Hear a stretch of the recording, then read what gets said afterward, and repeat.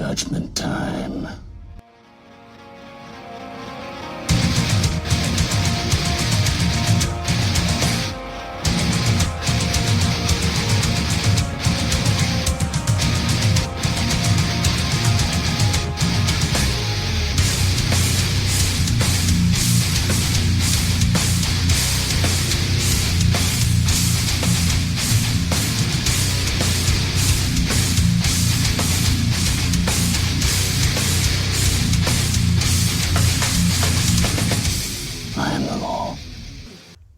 Welcome to Everything Comes Back to 2000AD. We're at episode 800, and today I'm joined by Mr. Stephen Ross. Mr. Rossy, what you want? Oh, the tree of ice cream cones, a cocoa castle for a home, custard cakes, coffee breaks, holiday, we're on the stage. Woo! It feels like it's only episode 80. Hello from sometimes rainy Southern California. We've had a little drizzle of rain compared to what our friend Flint has been experiencing. I'm Mr. John Burtis.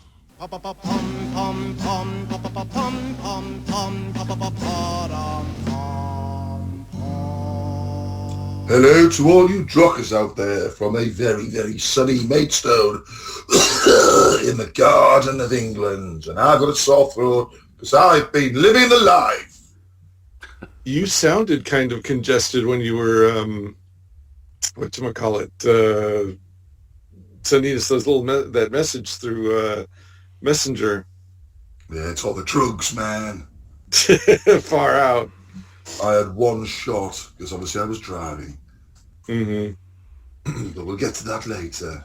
I suppose we better get to the deaths. Woo! Love a death.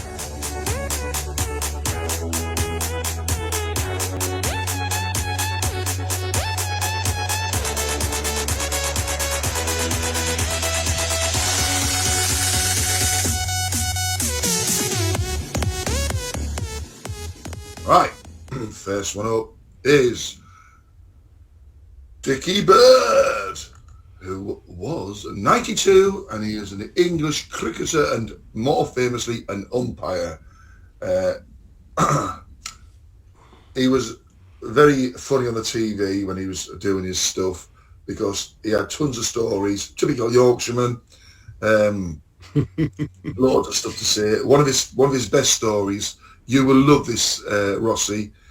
He was walking out in the countryside with the Queen, right? Two old Americans who were on a walking trip, met them, didn't know it was the Queen because she doesn't dress up in her cape and her crown and stuff. She looks like a tiny old woman, right? Mm-hmm. And they were just going, oh, it's lovely out here. Now this was part of the Queen's estate, which you're allowed to walk on certain parts of it. And they jibber-jabbered. They still didn't catch who it was. And they asked the Queen and Dickie, like, oh, do you live here? And the Queen goes, well, this is I have one of my houses here. So she's playing along the game now because Dickie Bird's sort of like thought we'll go with this. So he's already like prepped the groundwork. And eventually they took a picture of them all together, sort of thing. Or Dickie took a picture of the Queen and the two people. And as they walked off, Dickie was saying, they're going to get back home in America, show people them pictures, and somebody's going to clock on that picture is of that they're stood with the Queen of England. And they're not going to believe that they had such a normal conversation with you. It's brilliant. You know what I mean? There was a thing a couple of years back where Prince Charles at the time was walking across part of his estate, and a couple of, I think they were mountain bikers, met him, but they knew who he was. But they just sidled up and had a little chat. It was all on video. So when they're out and about just doing their own thing, not doing like regal duties, the chance of meeting one, if you're in that area, yeah, who knows? But yeah, I'd love to have seen them two people get home, get their picture out, developed, and then people going, "That's the fucking Queen of England." What are you? Are they like UK cryptids? Yeah, you only spot them every now and again.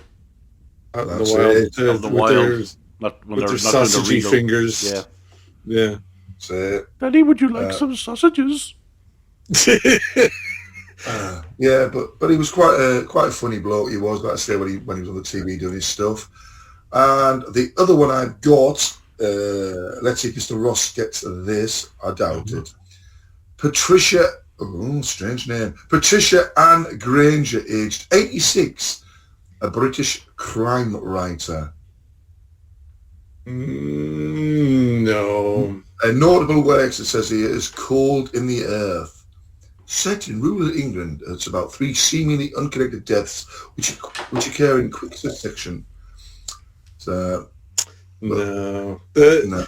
Some of the stuff that's really big over there just barely makes a blip. Like we just got a lot of the Enid Blyton kids books, and then I ended up sending them back after 9 months because they just yeah. I mean, we got requests for them before, and then like, where are those people now? We didn't they didn't get them. So well, we'll get to that later on when I talk about a book that I ordered. She did. So it says in here, in 1991, she made the decision to switch to crime novels, saying basically there is only one plot in love stories. You can describe it in different ways, but you always come back to the subject of man and woman. Crime fiction opens up a world of possibilities for the writer. It lets you tackle deep and difficult issues. And Okay, translation. I wasn't making any money doing the romance, so I switched to crime. Mm-hmm. Well, there's only so much you can do with the love stories, isn't it? It's a back door, front door, mouth. Anyway, she says it's not what you do, it's the way that you shoot it. That's it. It says here, a first crime novel, Say It With Poison, centered on the protagonists Meredith Mitchell, a consular clerk, and police officer Alan Markby. The book proved popular, and Granger wrote 14 Mitchell and Markby novels. She also did Fran Varady, which is another detective series. She did Lizzie Martin and Ben Ross, another series, Campbell and Carter.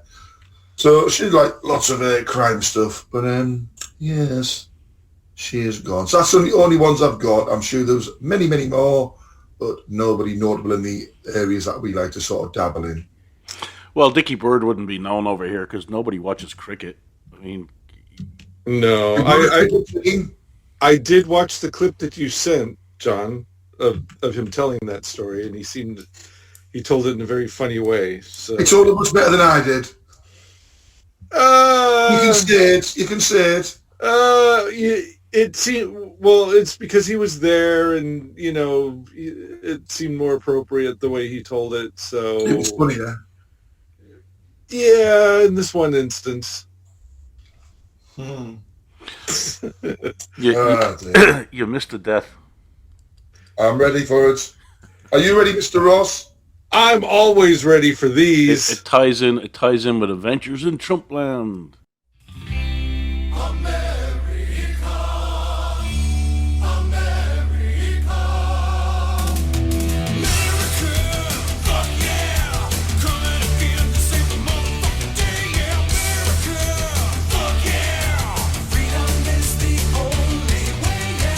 No, you don't say. Yeah, you missed James Comey's career.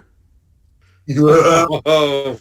Liar, pants on fire. Yep, what goes around comes around, man. And they're not going to stop with him either. They're going to go after a whole lot of them, and they have every right to do it because what he did with the Justice Department, with the FBI, unbelievable. He totally weaponized it, and then it came out there was 275 or 74 FBI people there at the January 6th. Protest. Oh, you mean like what every conspiracy theorist said in the world ever said about that? Yeah, like exactly what they all said. Yes. So, what's his name? The FBI director at the time that testified in front of Congress, saying that he didn't know how many and all this kind of stuff. He's in trouble too. They completely politicized the FBI. You could see when he was being questioned. You could see he was lying because he took so long to use wordplay to try and not say something that would incriminate him. He was pushed and pushed and pushed. Right. The thing with Comey is he's such an idiot. Like he kept on poking the bear. I mean, he kept on saying, like, even the the shells they found. Oh, look what I found on the beach. We all knew you did that, doofus. Was it 86-47? We all knew you did it. So he just couldn't keep his mouth shut. And then he had Kamala shirts on and all this kind of stuff. But like, what a doofus! What an idiot! So he deserves what he gets. What did we keep saying? It's all going to come back. Yeah, when it turns around, it's all going to come back, but fucking tenfold. Yeah, play stupid games, win stupid prizes. Yeah. Yeah, so there's that, and then there was Jimmy Kimmel got reinstated, so he got a bump in the rate. He didn't apologize, but he got a bump in the ratings, and then his ratings fell by 70% the following days. Excellent. So he's gonna get cancelled, but it won't be the right that'll be cancelled, it'll be the ratings. It'll be the advertisers. Yeah, which we said before, the late night, the whole format is dead. Mm-hmm. It's completely dead. I mean, even Gutfeld, who is the number one king of late night now, his format is different than the usual late night. Late night, they just have celebrities come on and chill their movie or whatever book the writer's writing, whatever. But with Gutfeld, it's different. He has a rotating group of people, but they're usually comedians or satirists or something like that, writers. He has a bit of everything on there, so he doesn't really do the celebrity thing. So he has much more fun with the format of his show.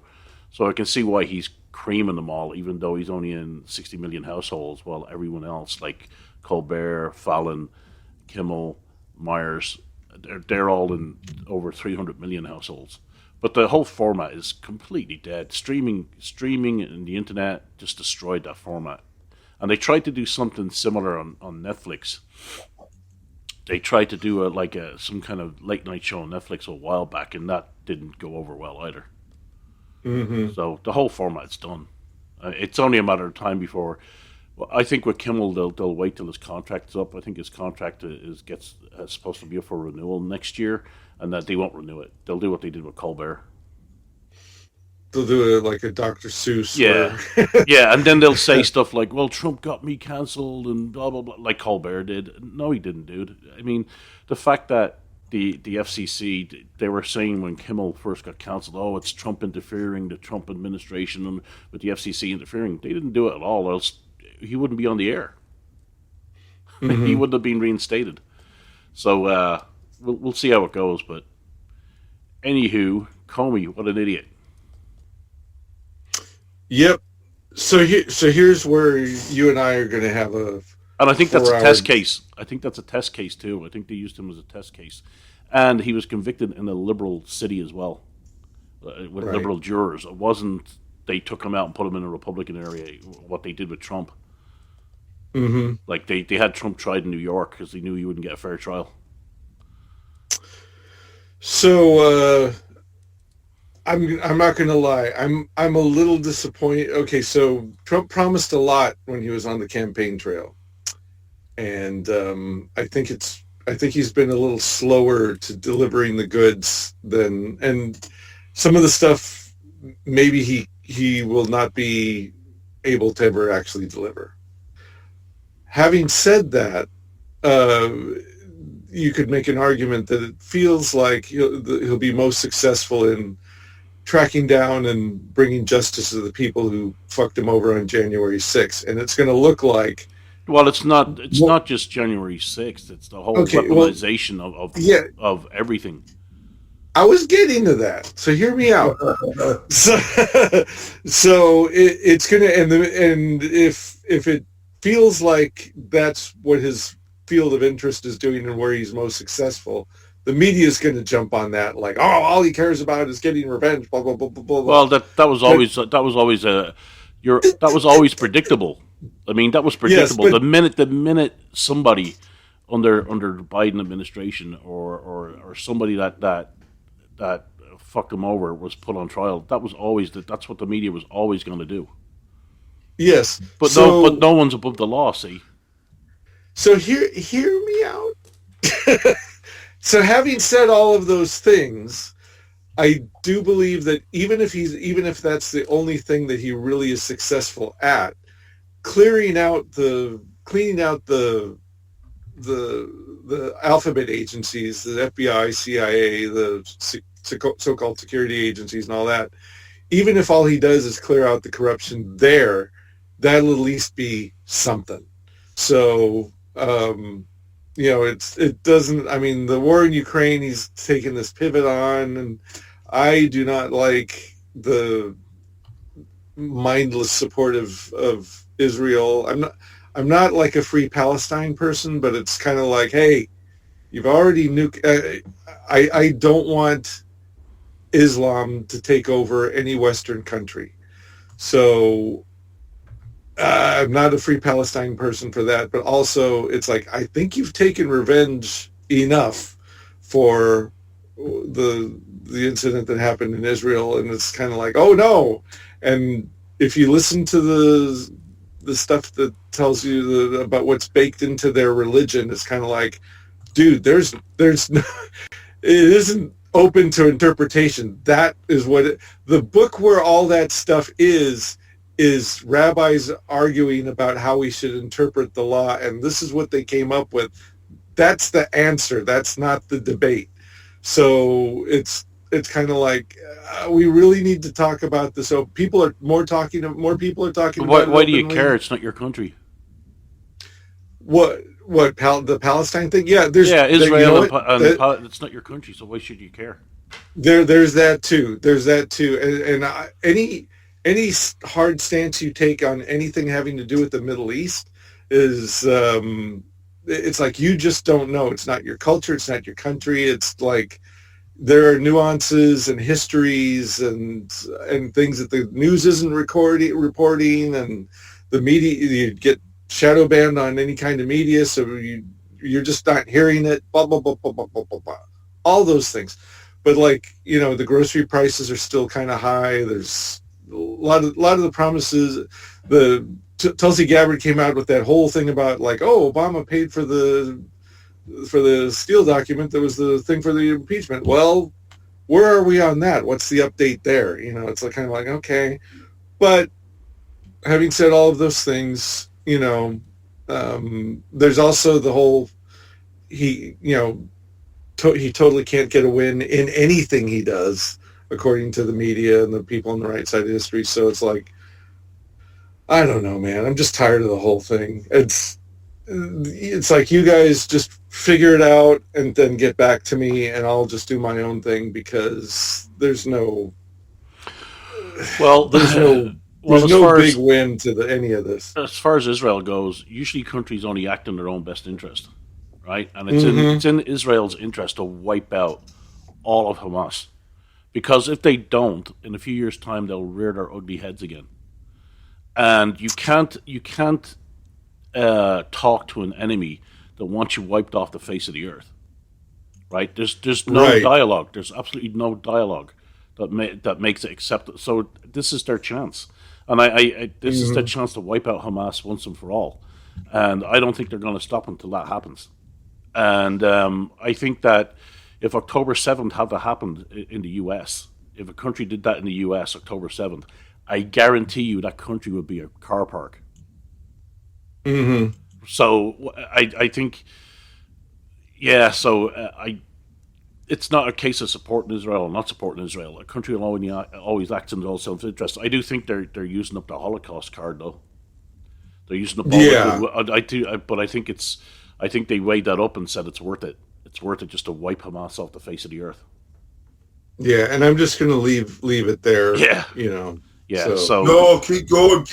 No. As far as the other stuff goes, I think they're being very careful. They have to make sure that they catch them all. They can't just rush into stuff. And I think Comey was a test case. We go after him first, and then we'll start. Oh, we got him, so we'll go after the others. So, and even if they're not convicted, it'll mean that they have to waste all their resources, all their money on lawyers, which is what they did to Trump and his family, and they did to Republicans that supported Trump. They even did it to the the alternate electors that the fake news is calling fake electors. Remember, there are alternate. You're allowed alternate in U.S. history. You're allowed alternate electors just in case stuff goes wrong.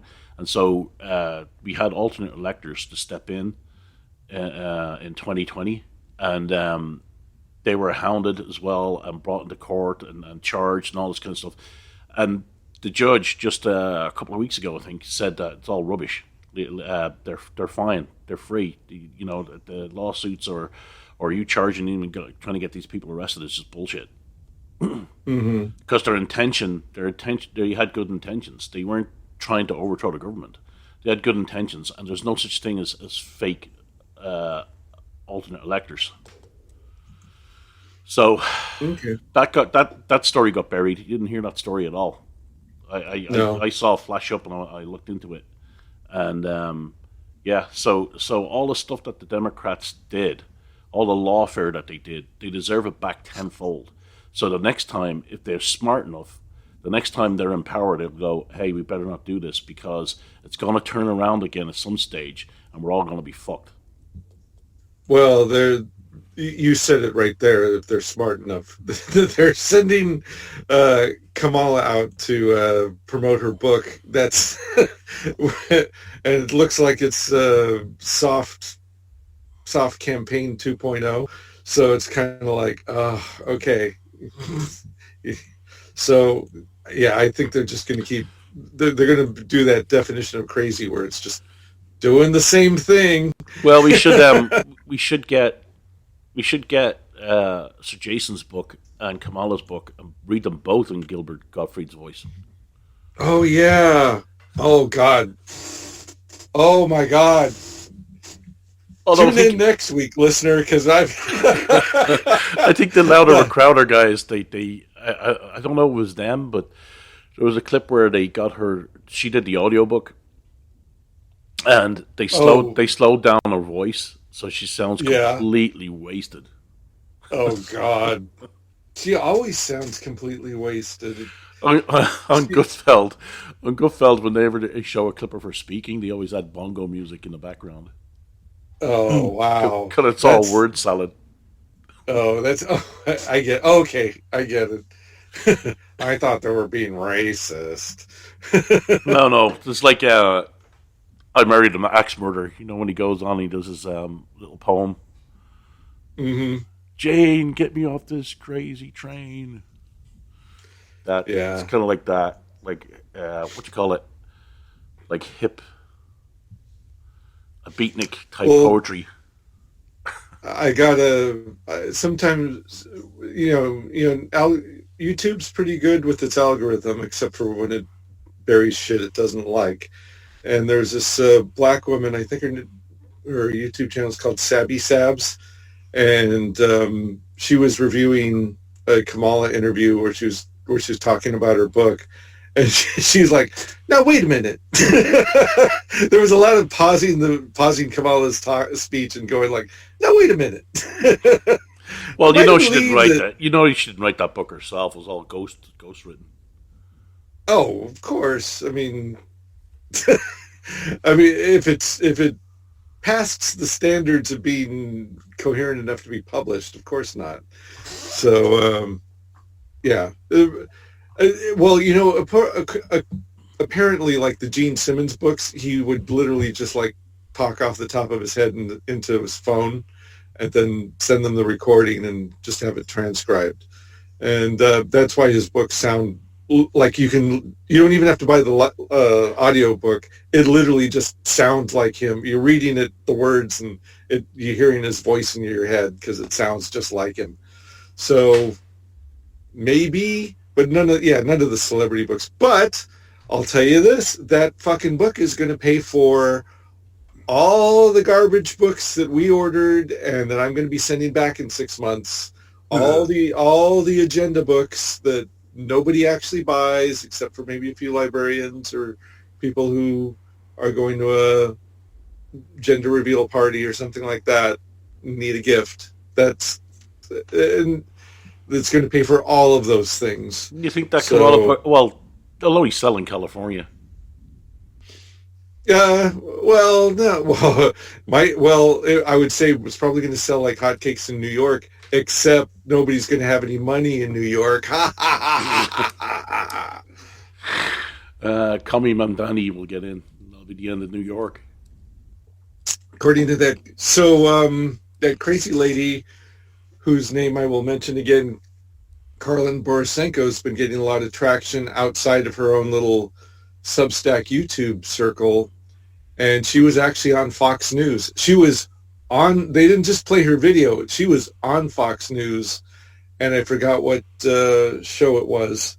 And then they had her on for like a minute, and then there was another show. Oh, Alex Jones on Indie InfoWars. He played like one of her videos, she does clips where she's like looking into the phone and just like talks, and it's, what do they call them? Like the reels, the TikTok type reels.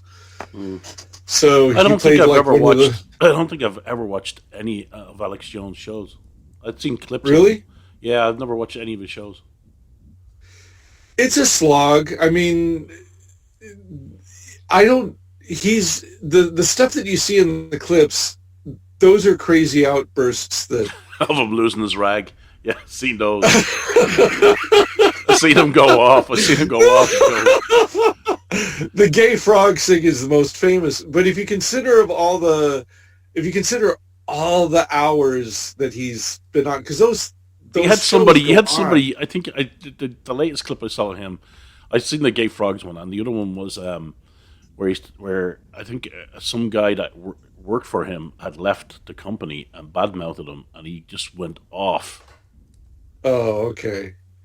Yeah, is that the one I sent you? I don't know. It's just that they were the only ones I've ever seen of him.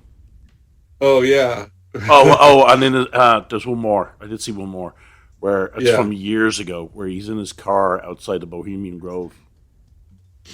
Oh, yeah. Well, I've seen his.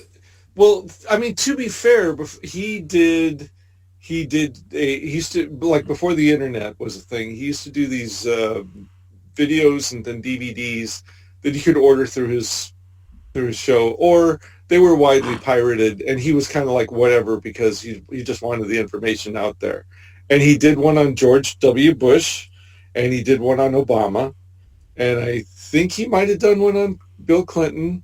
And he was, I mean, and even when he was doing ones on the Democratic presidents, he tied them right on in with like the previous regime, who might have been, Republican, because his whole thesis was they're all related. It's all the same. Yeah, all thing. the uniparty. It's all the same. Yeah, and he was the guy who did sneak into Bohemian Grove and got that footage of them like doing burning the little boat on the lake and the big owl idol. And it's kind of like, we'll do that for you, Rossy, when you go. Yeah. We'll have your burning boat. Like, we'll stick a big wooden owl in the end, like a Viking what funeral. You should do, we'll make like a giant effigy of Gary Newman, and you can call it Bernie Newman.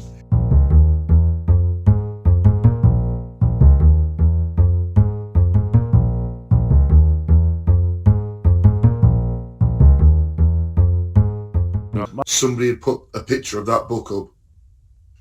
Oh, the one you got? No, not that fucking book. Oh, the Sir Jason book. Yeah. Wow. Oh, yeah. Yeah, but John has his. Now you can take 3 more years to read it too, John. I'll never read that because it'll be full of lies. I conflated it with whatchamajiggy, Yes, the one you're going to be talking about. I know.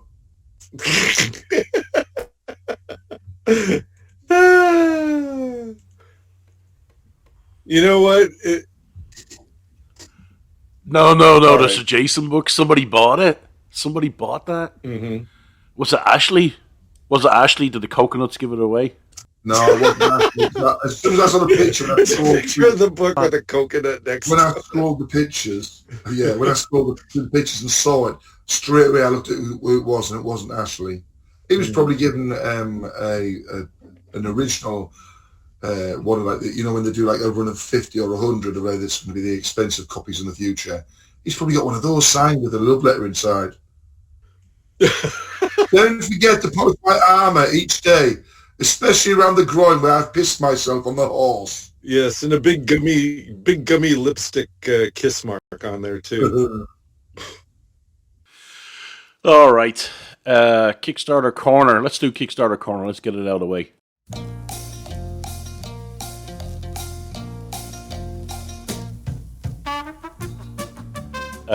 Thugs has got 2 days left, so I'll be promoting that again probably later today. I noticed like I haven't been super active in the Jungle Girl group that I'm a mod in, but it's by the same token, it's like, you know, we used to get like 20 likes, and now it's down to maybe 3, 4, 5. Granted, the guy who created the group and is still the grand poobah of the group has been posting a lot of AI stuff, and I haven't been active every single day, and you know, ever since Jungle Comics has been put on pause, I'm like not as focused on that. But yeah, I mean so since we're talking about it, it's not really Kickstarter corner thing, but here's a question for you guys. I haven't been really seeing things posted by my friends. There's like a core group of maybe about a dozen, and they're ones that I've flagged as, you know, best friends. So it's like, well, actually, you know what? You're on the best friends list, Flint, but I hardly ever see any of your memes or jokes or the stuff you post. But I do see you in the other groups. Like I do see your Thugs posts in other groups. John, I do see your So the algorithm is actually blocking you out then? Kinda. I mean, I post things like I've been just kind of an experiment. It's like, okay, so maybe nobody cares about my indie comic work, but here's an adorable video of a beaver eating something. Hey, now. And well, no, it's the other way around. So, and it's a cute video that got like tens of thousands of views off of the rest of Facebook, and I get like maybe 6 tops and no comments. And I bet so, and I'll put like a movie thing that I'm like, oh yeah, everybody I know likes this movie or whatever. No, and no. So, but it's not just that. It's not just like, you know, I haven't seen what Dave or Joe Healy have been doing in months. Like I would have to go to the page and see what they're doing. I have to like literally think of who I'd like to catch up with, and then go to their Facebook page and see what's up. And sometimes it's like, wow, that was a lot.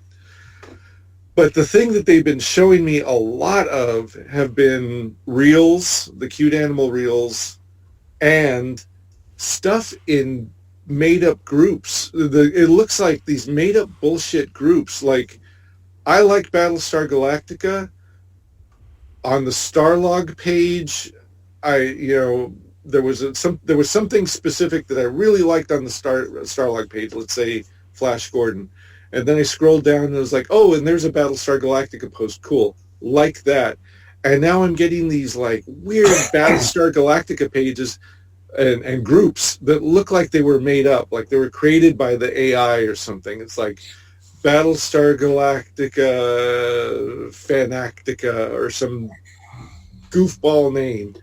And you look at it and so there's like nobody in the group, and the posts are just really, here's a picture of one of the toys, or here's a picture of one of the stars, and it's like, what the hell, you know? And same thing with the sword and sorcery stuff too. Like, there's like 2 groups that are kind of active and curated, and you can tell that these guys are hardcore fans, but because they're all after clicks, it's like narrowing down to only Schwarzenegger Conan and pictures of Sandal Bergman and Deathstalker and Beastmaster, and like the top ones, and then like none of the other oddball stuff is really making traction. And then you like any of that stuff, and then there's this other group, like, you know, Men with Swords group, and it's like the same shit.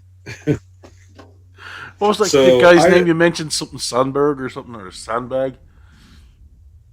What Sandbag? Sandal Bergman? Yeah, who's that? Yes. That's Valeria from the chick from the Schwarzenegger Conan movie. Oh, okay. I didn't The hot recognize her chick. because she's she got no boobs, dude. Well, yeah, I know that she's off of your list, but she was the one that everyone's like, well, why wasn't she Red Sonja in the sequel in the Red Yeah. Sonja movie? Well, she was Yeah. in the Hell Comes to Frogtown as well, I think. Hmm. She was fun.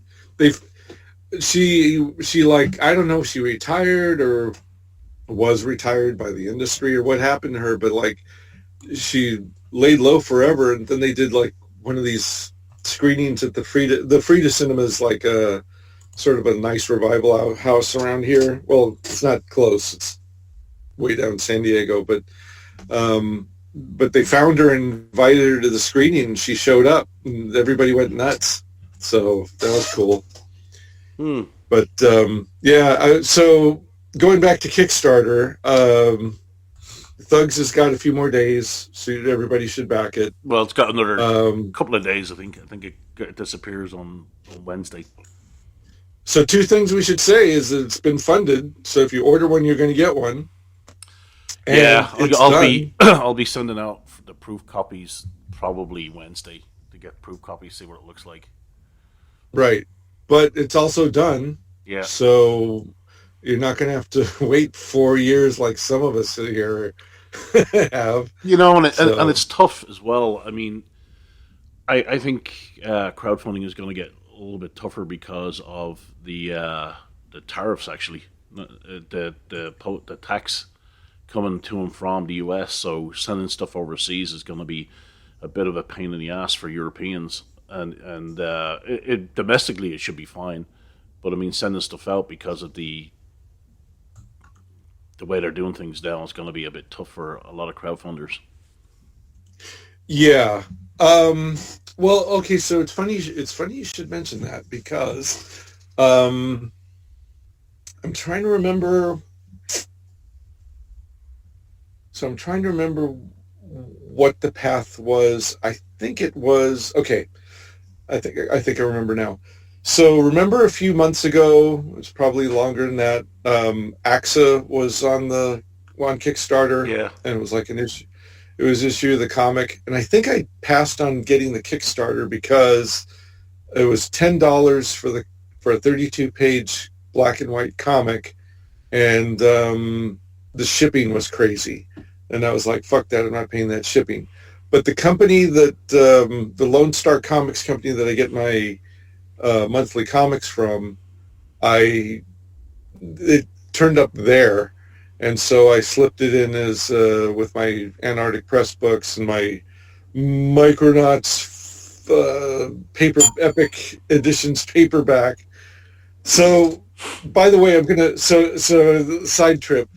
So I got all three of the Micronauts hardcovers, and they were, if I paid full retail, they'd be $125 each. Woo-hoo-hoo! Yes. But they're chunky. I mean, it is $125 worth of color paper. How many pages? 100. That's the rebellion. That's think, the rebellion omnibus. That's right. No. These are like 700 and some odd pages in each one. So You mean value for money? Yes. Well, okay, so full disclosure, and I am not crazy enough to do this or rich enough to do this. At least the first one came with 4 variant covers. Oh, so God. So to get the whole set, and I think they did it in diminishing. Like the second book had 2 or 3 variant covers, and I forgot how many the third one had. But the content of the third one, most of it isn't very good. So I don't see anybody like whatever. But the thing about the difference between the paperbacks, the Epic editions, and the hardcovers was the hardcovers reprinted the letters pages, which includes all the geek-ass letters that I wrote when I was in high school and got published in there. So kind of nice to have those, whether I ever actually sit down and read them or not. And they will hurt your lap after a while from the weight of crushing down, and or destroy your wrists if you're just holding the books. So I thought, okay, well, get the paperbacks because in all practicality, I'm probably not going to read those hardcovers, but I'll read those. The paperbacks will be much easier to read, so I'll get those. The paperbacks do not reprint the letters pages. So if you wanted the letter, when they announced the paperbacks, I was like, well, what a bummer. I could have just got the paperbacks instead of spending all that money. And I thought, no, they got me. They figured out a way to get me to spend the money twice and get the get the ones that have my letters in them on one end, the high end shit, and the paperbacks that I'm actually probably going to reread someday. I got to get those to do that. So, but back to AXA, which came with my Epic Editions Micronaut thing. So I got it, and I got a good look at it, and I got to admit, the reprint quality on those things was pretty freaking amazing. It was $10 for very high quality glossy pages. That's because they managed to get hold of the original files. Yes, because I talked to the guy who owns the property about it. Oh yeah. Yeah, because when I saw that pop up on Kickstarter, I said, "Well, does David know that this stuff is up here? Are they just taking this and selling this without David's permission?" So I talked to him, and he said, "Oh yeah, they did a deal with them to publish it." I see.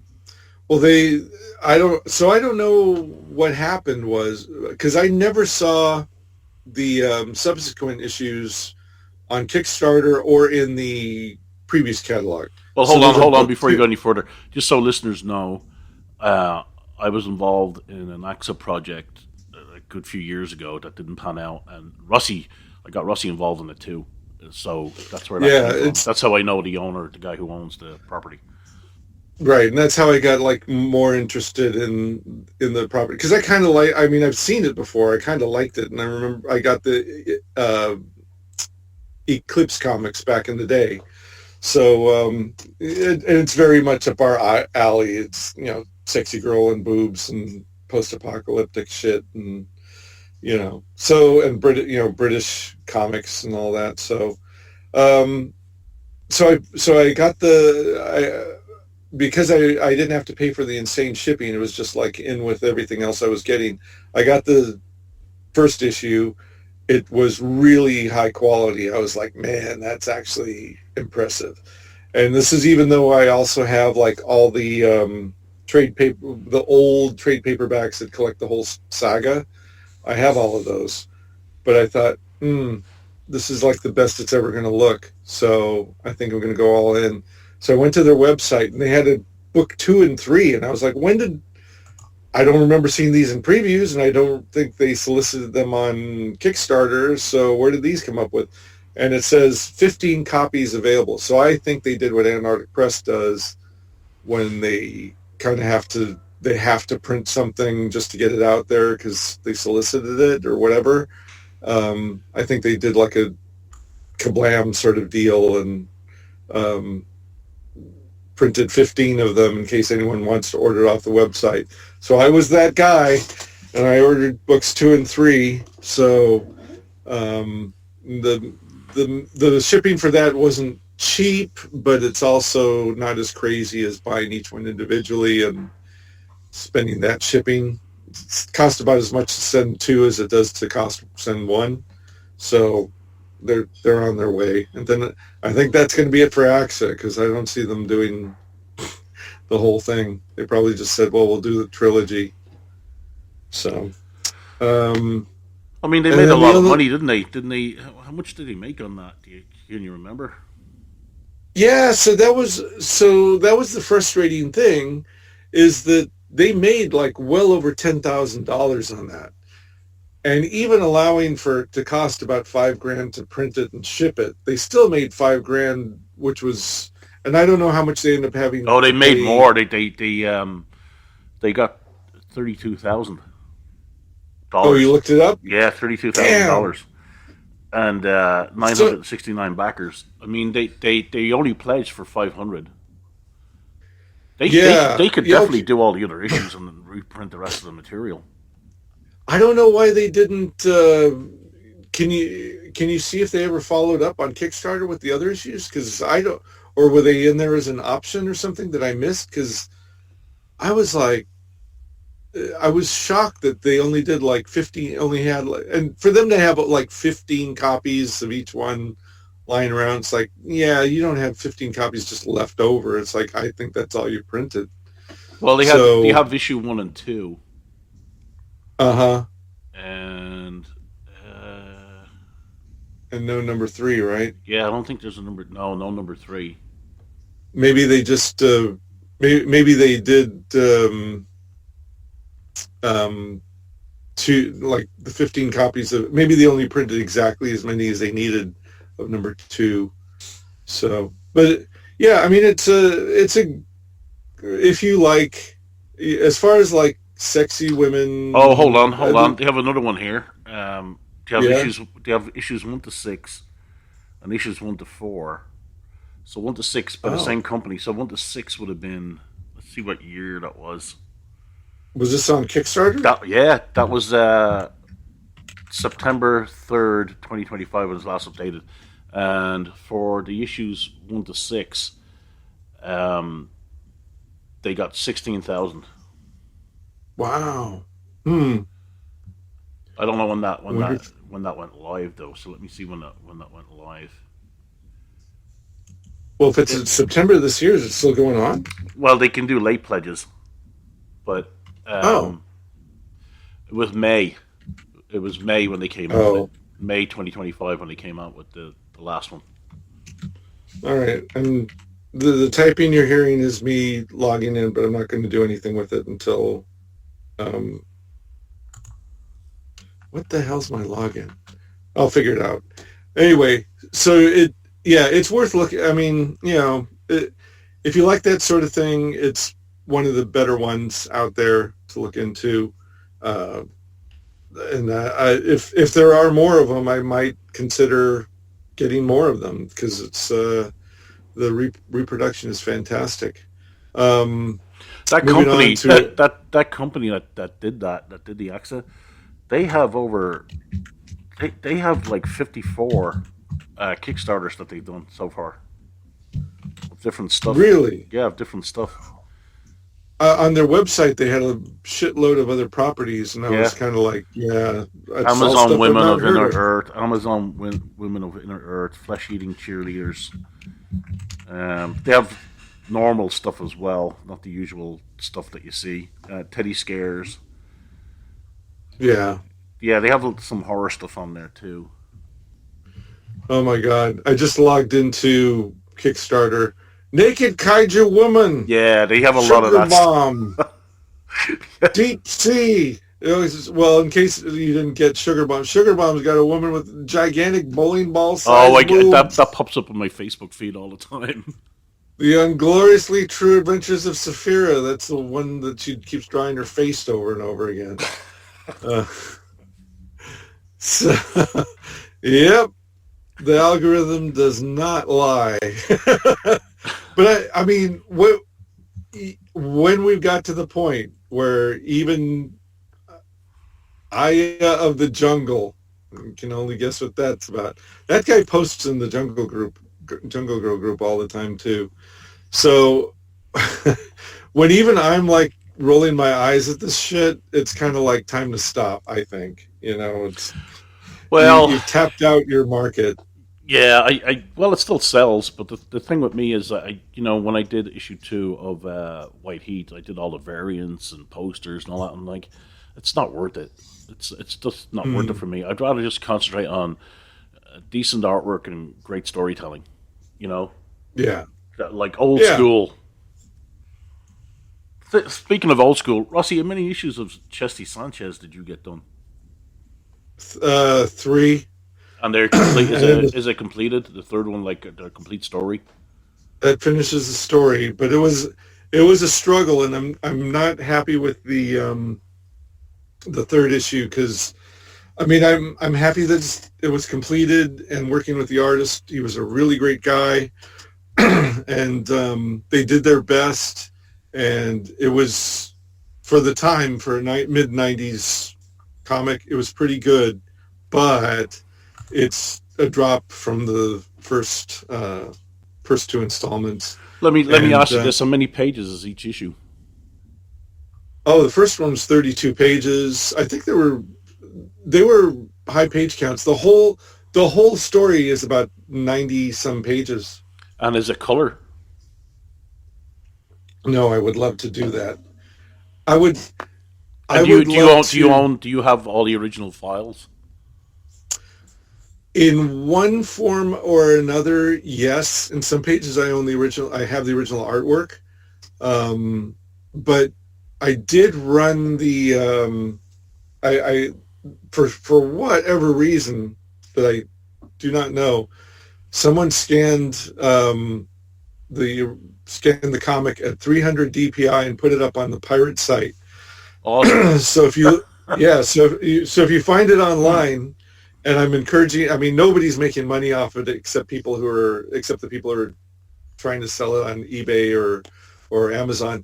And God bless them. Do you have it as a PDF? So that's what I'm working on low key right now. I'm going to try. There is I have a CBR file I can send that's got the high res thing. It's the whole story. Or I'm working on. Can you send me? We should have this conversation offline. Can you send me all the CBR files that you have as Chesty? Yeah, I'll send it to you after the thing. Yeah, it'll slow down the. Yeah, when we finish podcasting today, I'll stay on the line and we'll have a chat. Okay. Right. All right. Yeah, because I would love to see it in color. I would love to see the third issue. If not redone, but like fixed up. And like I said, the person who did the inking for the first two issues went on to do Blue Eye Samurai for Netflix. So wow. We got a little bit of, and she also did the covers for the first two issues too. And so I contacted her and said, "Hey, I just realized you've moved on to better things, and thank you for doing that." And she goes, "Oh boy, a blast from the past." So you own all those covers as well, right? I don't own her originals, but before I send everything off to AP, I made like gigantic 1-to-1 scans of all the original artwork, so I have those. And then the ones that I've got now, I've got the those 300 DPI pirate scans. I'm running them through AI, and they've made the images like all the line work looks like it's right off the artist's pen. It's unbelievable. So yeah, I mean, I'm ready to do it again. The AP's got a couple of digital people that they're working with. There's one they reformat the original comic art to look like webtoons. The webtoons. So instead of just like, here's a page of comic art, they go panel by panel and caption by caption and reformat it so it can be read scrolling. It's called Bang, and that's available and downloadable. And they've got Global Comics, which is kind of like Kablam, where you can download PDFs of the comic books for a subscription fee. So everybody's on there too. It's even if you don't like AP stuff or that's not your main focus. You could get my Your comics, you can get Jungle comics, you could get my G Rangers. It's all included in the subscription, and you can get stuff from much bigger companies like I think Image is on there. Pretty much all the big indies from Image down. I think Heavy Metal's on there, so it's a pretty good deal. So that's why I'm doing the reboot, like trying to fix everything up so they can have it up there digitally. But if somebody wants to do an AXA and put it up on Kickstarter, I would totally love that too. Well, let's talk about that after. Let's talk about it after, because I was thinking about it over the weekend. Cool. Yeah. All right. Yeah. Anyways, do you want to do movies and TV?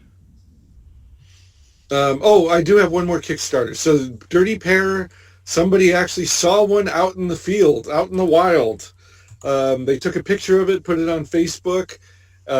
People were like, "Oh my God, it's real!" And then, and then the comments were like, "You better watch those sooner than later because you probably will have quality control issues because the company that ended up taking over that was garbage."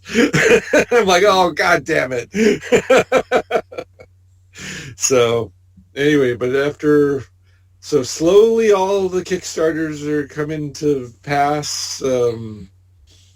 And then if we're going to be talking about movies, we can transition into a movie I did see that was on from Kickstarter. All right, so let's talk about movies then.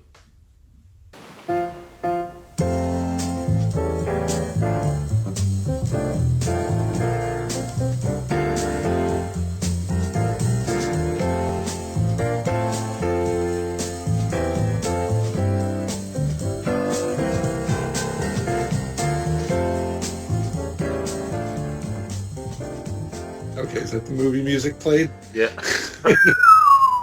Yep. Do you want to go first, John, or should I go with the transition? Well, I'm only halfway through a film, so I'll leave it to next week. But the film I'm halfway through is Dracula, A Love Story. Oh, yeah, I talked about that. I was going to watch it with my dad, but he has rules. Yeah, anything with love in the title, he's going to throw out the window. No, he for whatever reason he was game to watch it, but we ended up having to stop it because the copy's available to it. So it's a Luc Besson movie, right, John? It is. You can tell visually it's stunning. Yeah, so I like Luc Besson movies. even the ones that aren't particularly good, I like them. And so I was like, oh, cool! I didn't even know this existed.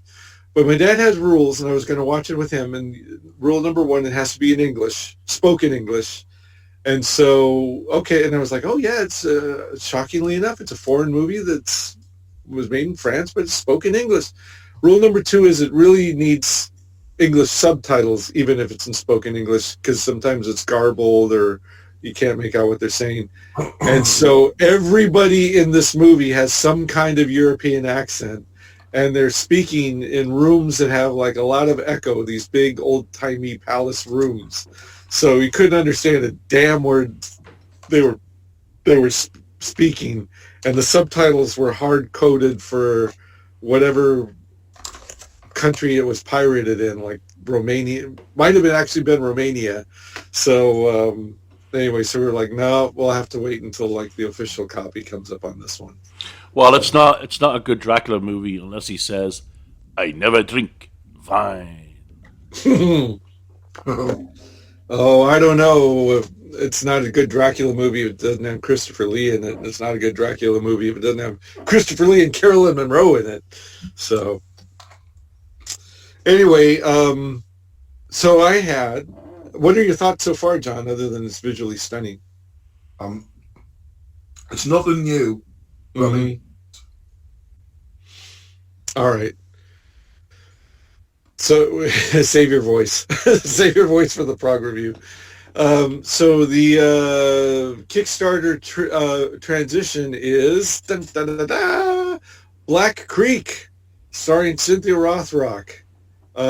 It's been on Prime for about a month, and those of us who backed the Kickstarter still haven't received anything yet. So we were talking about it a little bit before we were recording, and some people are not happy about that. And Cynthia Rothrock is very hands-on with the Kickstarter and some of the business decisions. And she said that because of the distribution deal that they made, they actually had a photo, one of the updates had a photo of the Blu-ray, the poster, a couple of the things that they were actually going to mail out. Everything I went for was digital, so you wouldn't have to pay for shipping. So it's like, send me a digital file of the... Digital means you own nothing, just like the World Economic Forum want you to do, Mr. That's, well, not so fast, Mr. Burtis. I'll take that digital file and I will burn it onto a solid disc. I've seen your collection of discs in that cupboard. Well, the ones on the spindles? Yes. Yeah, And those the are. bags. That's not even the ones that I have in notebooks. I gave up on the notebooks because they're too damn expensive. I just put them on. I just put them on the spindle now, and I've got more of them that I've got to sort right now. Yes, so I'll put it onto a disc, and then I can keep it forever. So when the EMP goes off and nobody can access streaming or the internet, they can come to my house and watch Cynthia Rothrock movies and Bollywood movies. So anyway, she said because of the distribution deal, they had to hold off because they were concerned about piracy. Now, this movie was on Prime.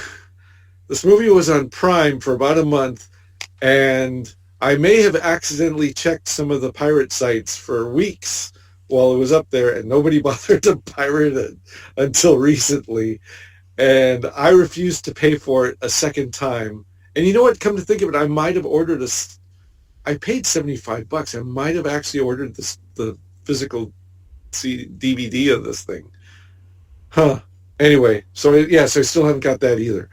And I was supposed to get a digital copy of the script, which is going to be really interesting now that I've seen the movie. And so I did accidentally check last week, and it turned up on one of those evil pirate sites that nobody should visit. And I got to see it that way. I figured, well, I've already paid for it. And it's it is so weird because like on IMDb, most of the reviews are like, it's the best Western since they stopped making Westerns, and Cynthia Rothrock is back, and so is Don the Dragon Wilson and Benny the Jet. Honestly, Benny the Jet,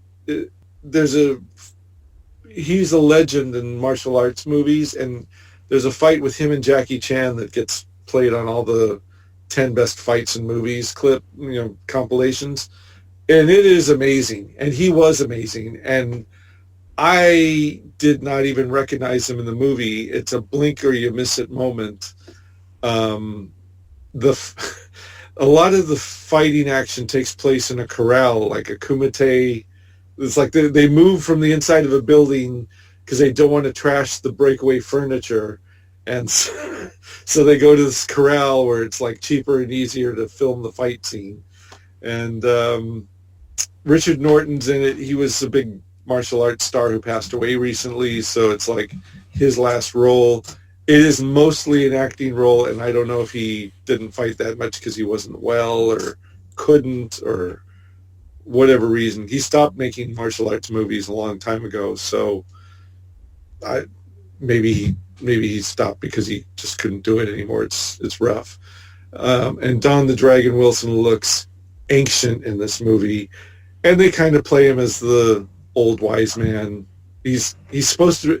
He's in real life. He's half Japanese and half American, and in the movie he's half Native American and half Chinese.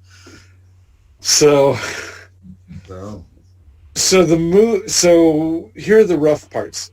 Cynthia Rothrock is a good actress for the kinds of movies she was in, and she's one of the best female martial artists just like ever.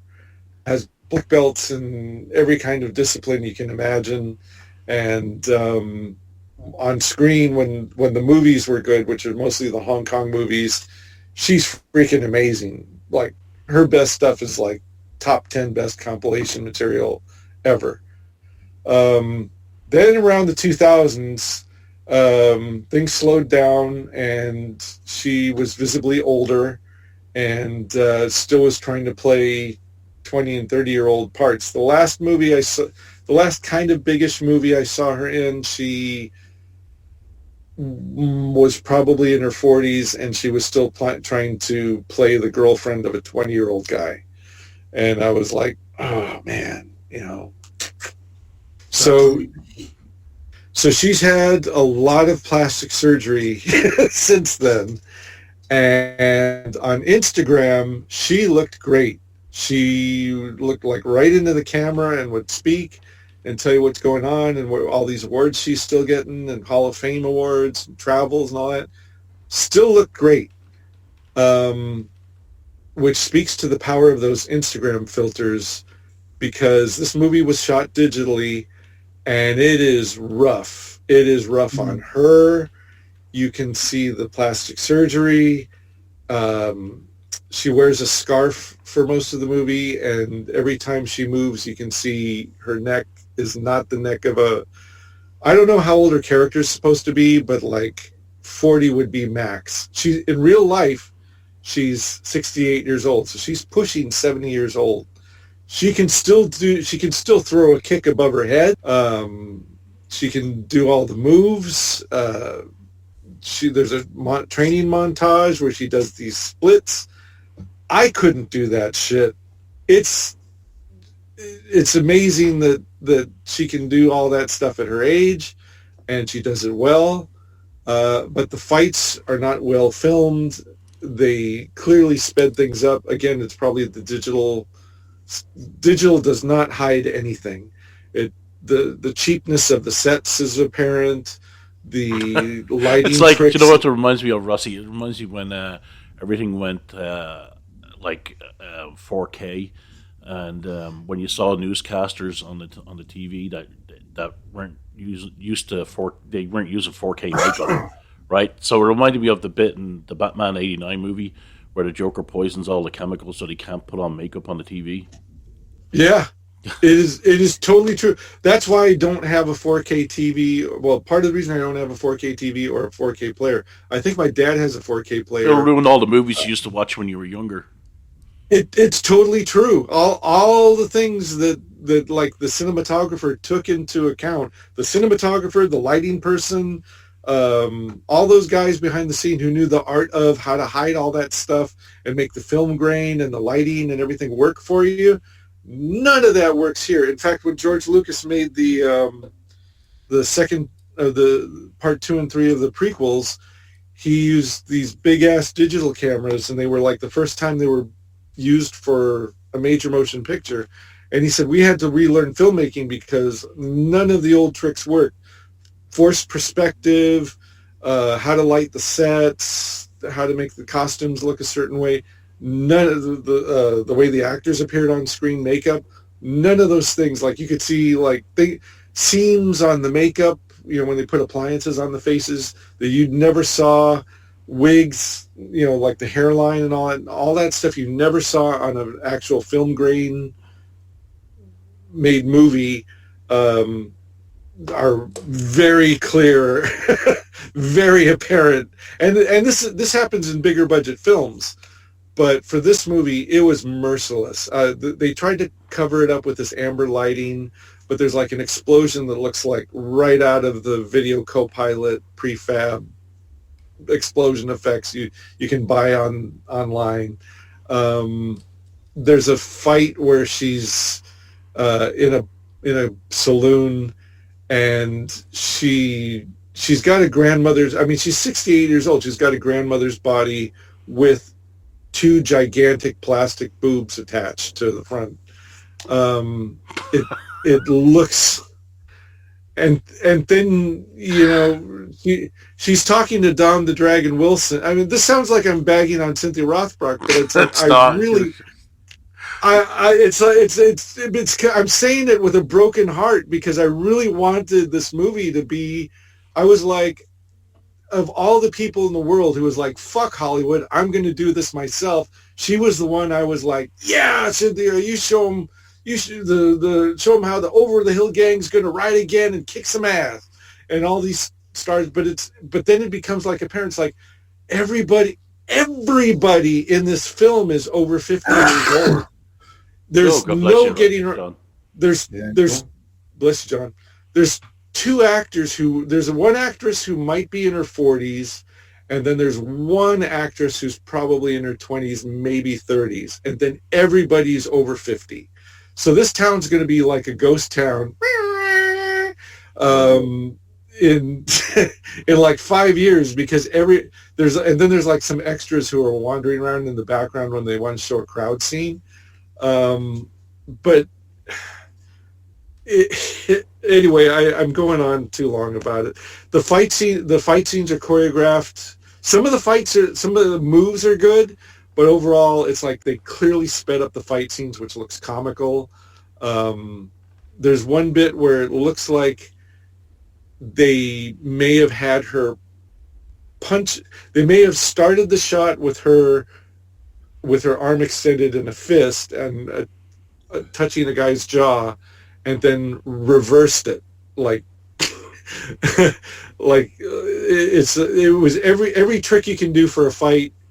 They used it, and you can tell when they used it. So they tried to make it look like it's cinematography with like amber lighting whenever they're in a room. They tried to make it very dramatic. She says at least 6 times in the movie, "I'm going to kill Richard Norton's character." But there's some scenes that are not so bad where she's being kind of charming and funny, and mainly the scenes when she's talking to Don the Dragon Wilson. They're both very amiable and personable, and you like their characters because that's probably how they are in real life. It looks like them just talking. I mean, she has a name in the movie, but when they're trying to be spaghetti without it, it's not good, and it's 2 hours long. It's very It's 2 hours too long. Is that what you and said? It's 2 hours. If they had cut it down to 90 minutes, it would have been a little more merciful. But and then there's a couple of songs at the end that are bring no value to the production whatsoever. It reminds you. it's funny Did you see Time Wars with Sonny Go Shiba? ahead. Did you see Time Wars with Sonny Shiba?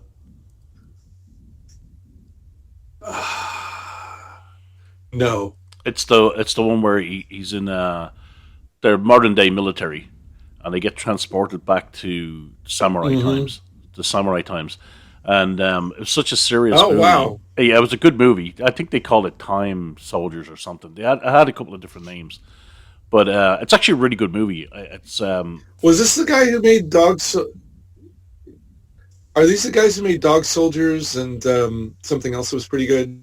well, the Sonny Shiba movie is Descent? from the 70s. So.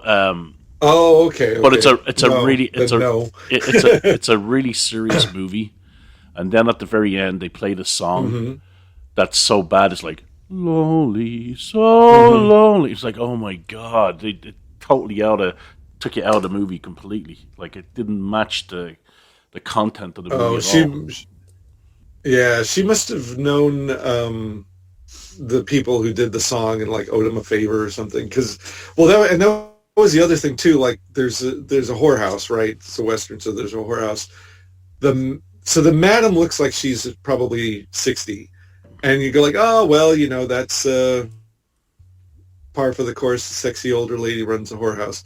But then they show the two of the whores give like the woman, the 40-year-old who's supposed to be playing her sister. They're giving her shit, and the two hookers they look like they're 50 at least, probably 60 plus, and it's like everybody's old. Oh. So this is not fair for me to say this, but I think they should have, instead of judging the movie for what it is. Well, judging the movie for what it is, that's in a nutshell my review. It should have been shorter, and they should have. What they should have done is make it a comedy. They should have made it like the Over the Hill Gang rides again, with a lot of shit where they can still do it. They can still throw the kicks over their heads. They can still kick some ass, but not taking the whole damn thing so seriously. Because most of these guys, even though they were stars of dozens of movies back in the 80s and 90s, they really weren't actors. You didn't watch the movie to watch them act. You watched them to kick ass. And if you take away the kick-ass part, in a lot of these guys didn't really fight, or the fights were very, very short. What have you got? You got like non-actors in a really super cheap movie that moves slow. So, but most of them are very personable, and they have a sense of humor about themselves. Like if you listen to them in interviews now where they're talking about their careers, I think they would have been game for something that was a little lighter and played up to, and it would have been. It actually would have been funnier if it had been a movie about Cynthia Rothrock making a Western.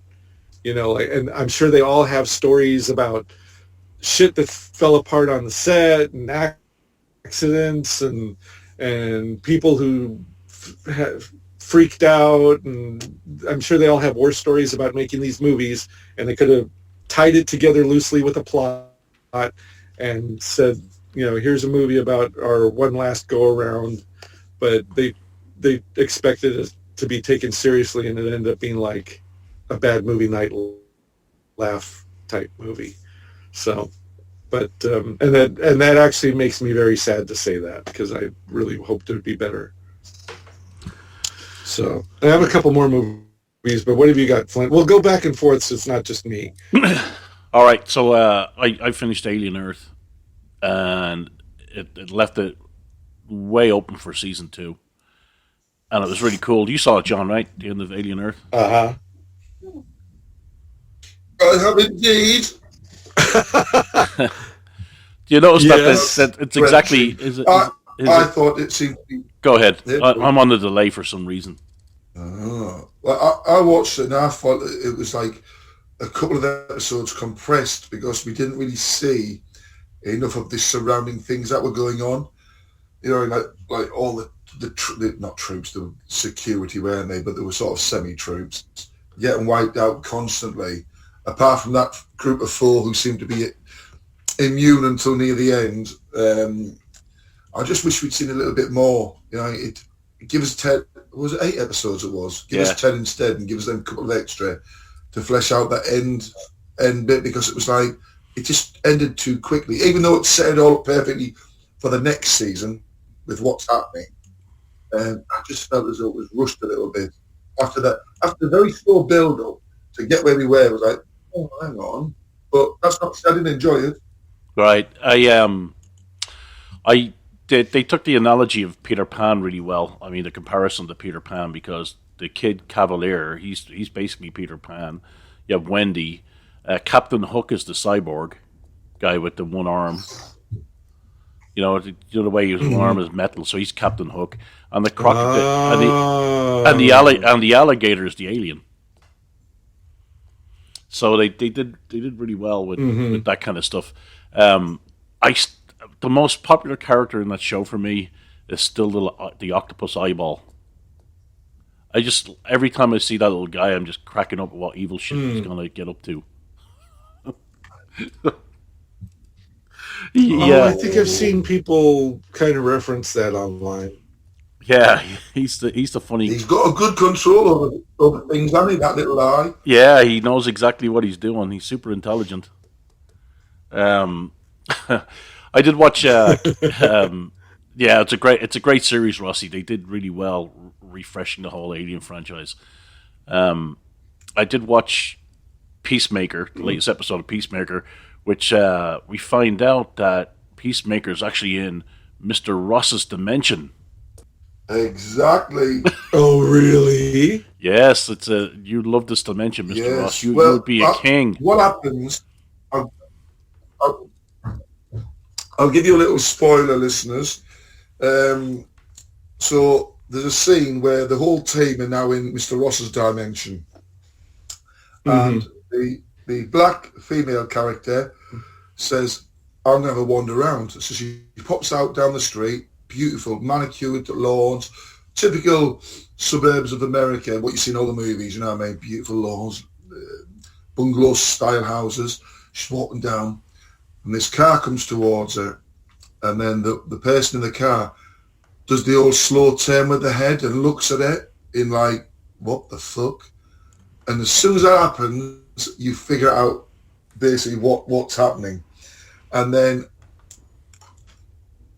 she starts getting chased by all the people, including Peacemaker's brother in this world. And the classic scene of there running over the brow of the road towards the camera, and then all the people behind her, like a zombie flick thing.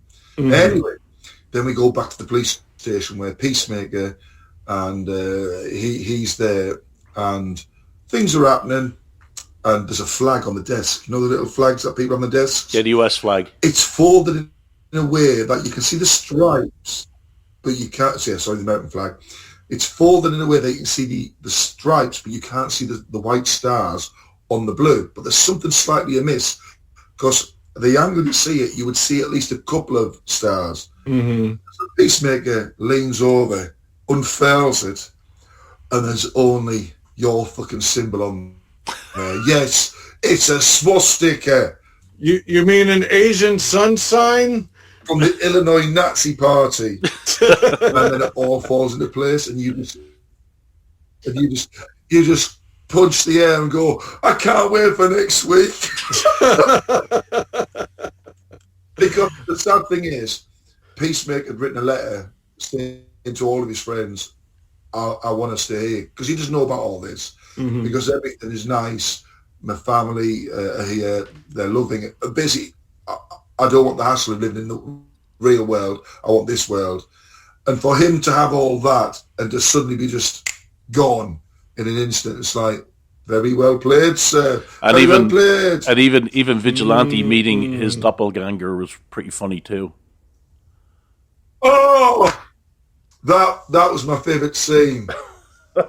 And you knew at the end, and when they were getting to it, you thought it's Peacemaker's going to be the fucking big bad between them. Yeah, yeah. It really well done. It's a split screen, Rossy, and they point to each other. They go, you like such and such. Yeah, do you eat this? Do you do that? Do you fucking do this? Yeah, I do all that. And then our Peacemaker goes, and Peacemaker's my best friend. And the other one just turns around and is basically like, you fucking what? Yeah, he's supposed He's to be my arch enemy. Yeah. And I love that Eagly when he got his revenge on the Eagle Hunter guy. Wild Bill's shitcock. Yeah. That was great. That was fantastic. Yeah, so they're the two things I've watched. So you go ahead, John. What do you got? Well, I watched the first episode of the new season of Tulsa King, and it kicks off exactly where it ended with what happened, because he got taken in by the American government, and they know all about what he's been up to, and you're like, oh, fucking hell. So I've got the second episode to watch, but been so busy I haven't had time. What else have I been watching? Let's just get this open. Come on, you bastard.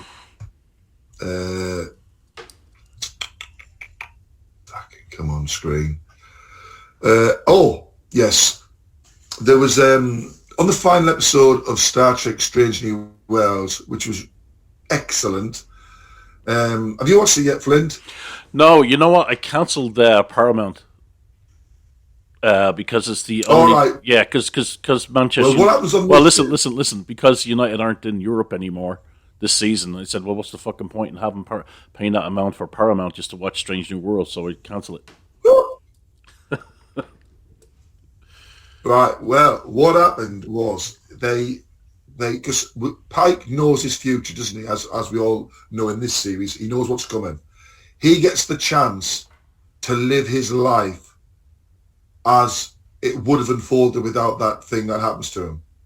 And so you have about a 10-minute sequence of events showing his life with his wife and all this, and it's really nice as they age.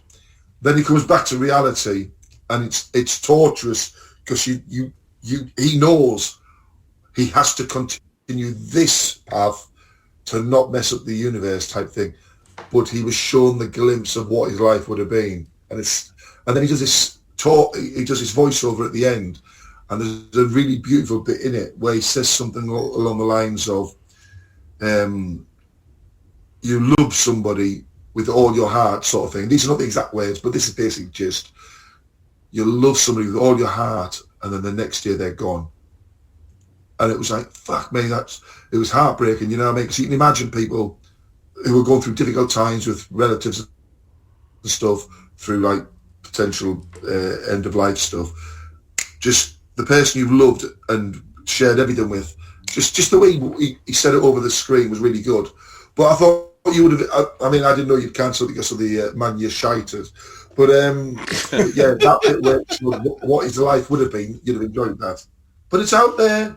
Sail the seas.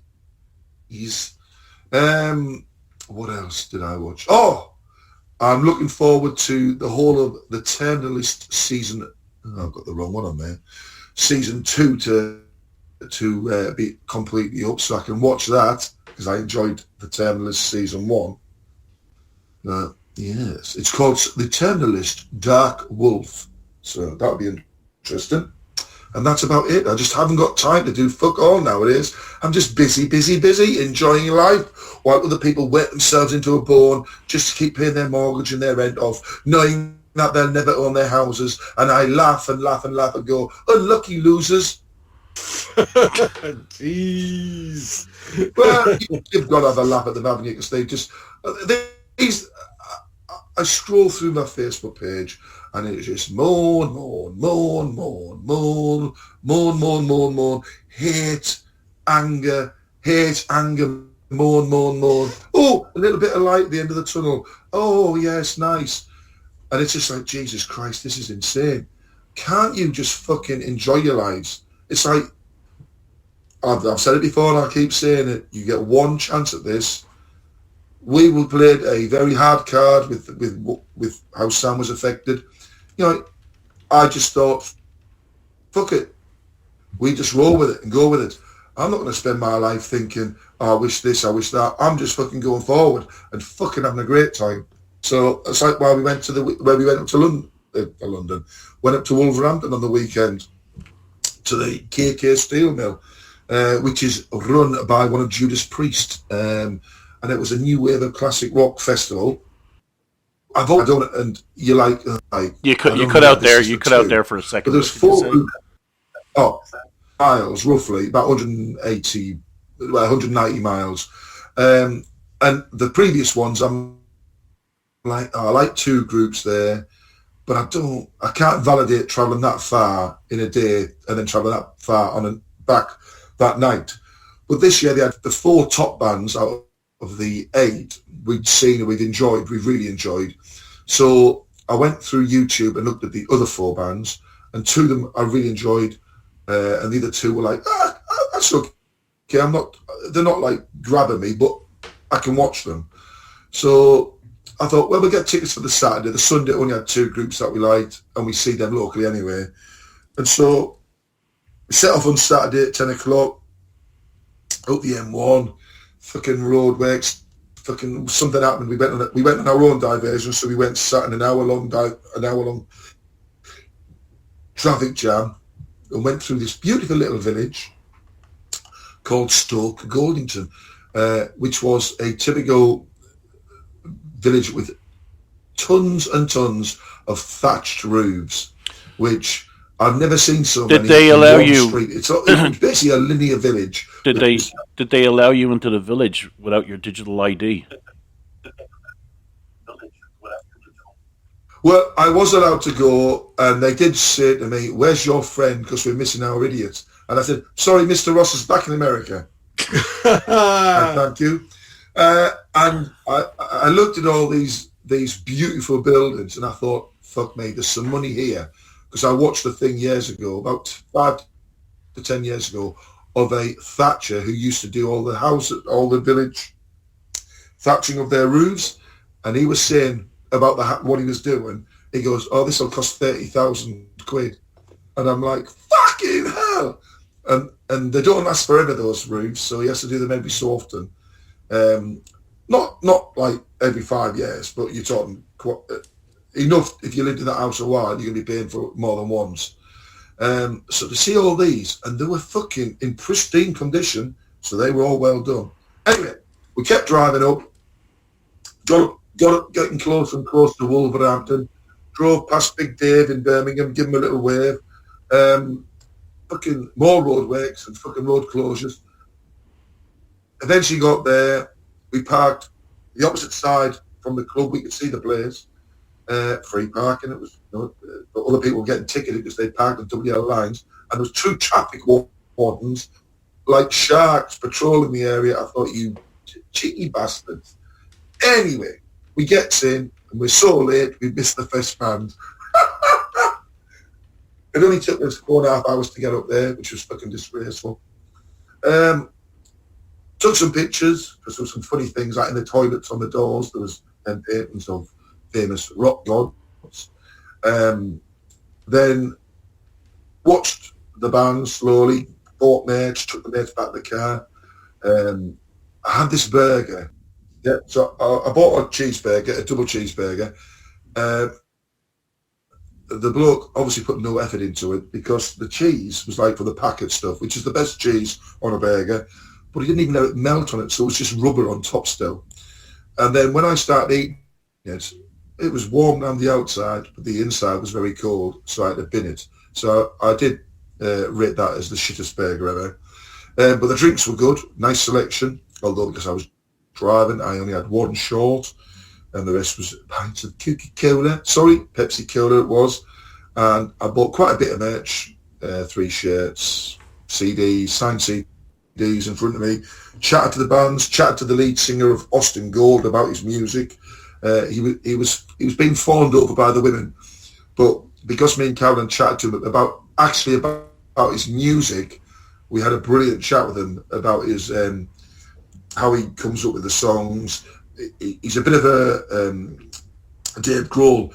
He can do all the instruments, so he can sit there and flesh the song out, and then when he's finished doing what he wants, the basics, he gets the lads in and they put their twist to it. So that was quite interesting. He's got 20 songs lined up and he's already set up for the next album, and now the hard part comes to decide which ones you've been. All that sort of stuff. A really good chat with him. Watched all the bands. I did a bit of filming. And then when it finished, it was about 11:30. Got in the car, set off, went to the first big service station on the motorways, just sort of near Birmingham. All the food outlet things were closed. We hadn't even got to midnight yet. All the burger places. I was fucking furious. Drove to the next one, which is still, it was on, just going onto the M40, another big service station. And again, I think it was 2 minutes to midnight. Everything was shut apart from the fucking W.H. Smiths. So I fucking opened my app on the phone for the map, and I just went down all the service stations on the way back. And the only one that had food that would be open 24 hours was the ones in the southeast. So I was basically home before I could get something to fucking scoff. And it just shows you that the only part of this country that is 24 hours is the southeast, London and surrounding areas. Everywhere else is just desolate. So overall, it was a brilliant day. Got back in the house at 2:40 in the morning. Would I go there again? It would have to be for some like a festival like they had this weekend. So they had another 8 groups on the Sunday. Would I go up there for a major player? I don't know. That the journey isn't so much. It's just like, well, if I'm driving back, there's no fucking place to eat anything. That's going to piss me off again, because I had like crisps and shit in the car. But if I've not eaten all day apart from a cold burger, because all I had was a drink in the morning, or a hot coffee or something. I think I did that breakfast. I had a hot coffee, cold burger, and that was my meal for the day. Now I can go without eating food if I have to, but I didn't have to go without eating food on this. You know what I mean? Fucking near motorway services. The whole idea of motorway services, you pop in, get your fuel and get some grub. But anyway, the venue was 2 big rooms. You come into the stairwell, get your tickets, you get frisked, which was quite. I went out about 4 times to take my merch out, so I was getting all the time by this woman, which was quite nice. So anyway, the main room where the band's at is quite big, sort of like slightly rectangular with a band on one of the lengths, the longest side. And then the other room is the same length, slightly a bit longer probably, and all the merch, like say the drink and everything's there. So it was a good venue, and you can tell it used to be a steel mill. But I'm glad I've been there. Another venue place knocked off the list, so I'm happy with that. Carolyn enjoyed herself. So who knows? And we got another gig this weekend, which I'm going to go get Sam on Friday. We're going to go to Leo's Red Line and watch a couple of groups there, and that'll be another fantastic evening on Saturday. So that was that. I've got some interesting things to say as well about things that have happened or are happening. I did see this is another one of those things where all the shit weather's coming to Flint's area in America. When me and Carolyn were on that bit of Route 66 and we went through Oatman, which has all the donkeys or the bueros, we thoroughly enjoyed it there, and I've been watching videos of flash floods wrecking the streets, pushing cars against each other in the car park that we parked our car in only a month ago, watching it in disbelief, because we did see all those things that said flash, I've forgotten the full name of the term, but when you went up and down through the deserty bit, and you went down into a bit, it said like, it was a word like flash flood area, but there was a specific term for it. And you don't really think of it because we were there when it was really dry and it was typical Western look. And I presume the fucking Rio Grande filled up with this water. But yeah, there's fucking videos galore of the fucking floods coming down the main street, fucking pushing the cars over, shit being dragged in, all the donkeys trying to get onto the boardwalk bits and in the shops to keep out the rain. So it's really bad. And there was a place to the east of you, wasn't it, Flint? Just past the gold rush fucking haunted fucking villagey thing, I think what you call it now. Ghost town. There's a place to the east of that and south that's all been flooded out, so the rain's been coming. So that was interesting. Oh, I was nearly killed by a car the other day as well. So I was walking across I forgot to mention this. So I'm looking at the cars that are turning left in front of me because I'm going to go across the road, the T-junction street sort of bit. And left indicator, they let them all go. As I step out, a car that wasn't indicating turned on me. And as I managed to pull myself back, I went, "You fucking dickhead, you fucking indicator." So he fucking wound the window out, he wound the window down and started abusing me. And I'm like, "What are you fucking on about?" I said, "You're the fucking knob, and it wasn't indicating, you fucking wanker." And then I just went down this list of abusive terms, which I won't say on this because I don't want people to get offended, but I used all the fucking terms that would get you cancelled off of Facebook. Well, here's the thing. Here's the thing. I never trust cars that I never trust them to turn on their indicators or blinkers at all. I always take into consideration they're morons that don't know how to use them. They're all morons. Oh yeah, we're all morons. But you can cross the road now in the UK. As soon as you step out of the cars have got to stop, it's in the highway code. So if you get knocked down by one, I think this is mainly at junctions. So if there's like the main road and you want to turn at the side street and you've looked and nobody's coming and you step out and then somebody decides to come and they hit you, they are in the wrong. But anyway, did I mention about Sven Hassel the other week?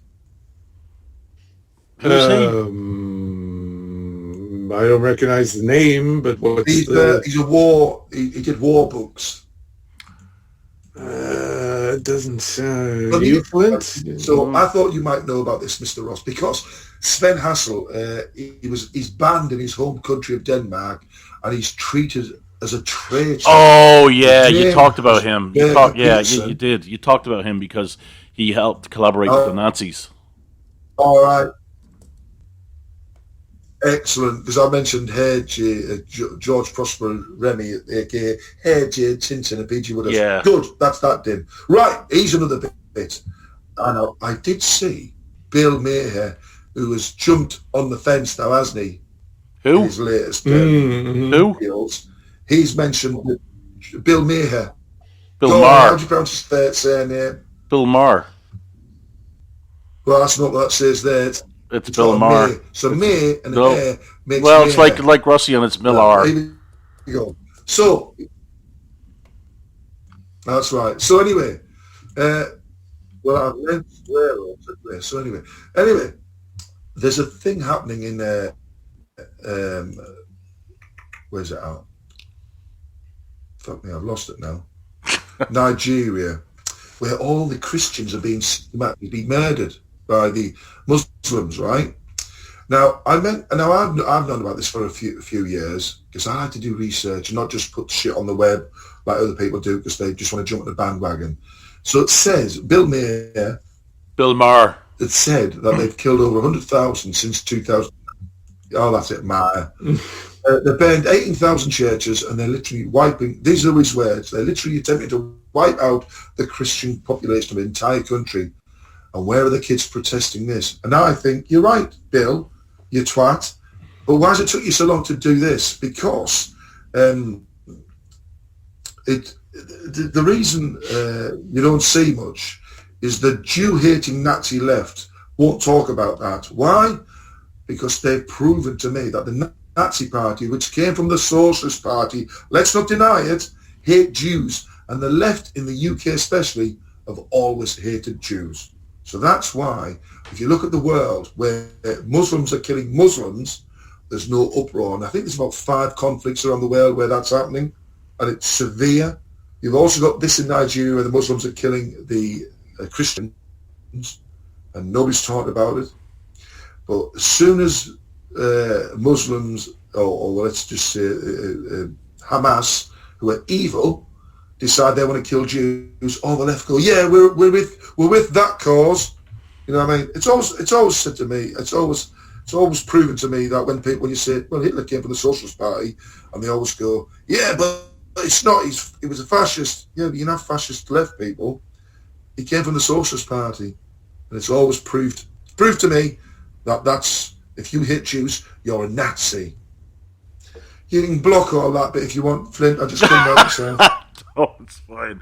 Hey, you might as well. It's Podcast 800. Might as well go out with a bang. Yeah.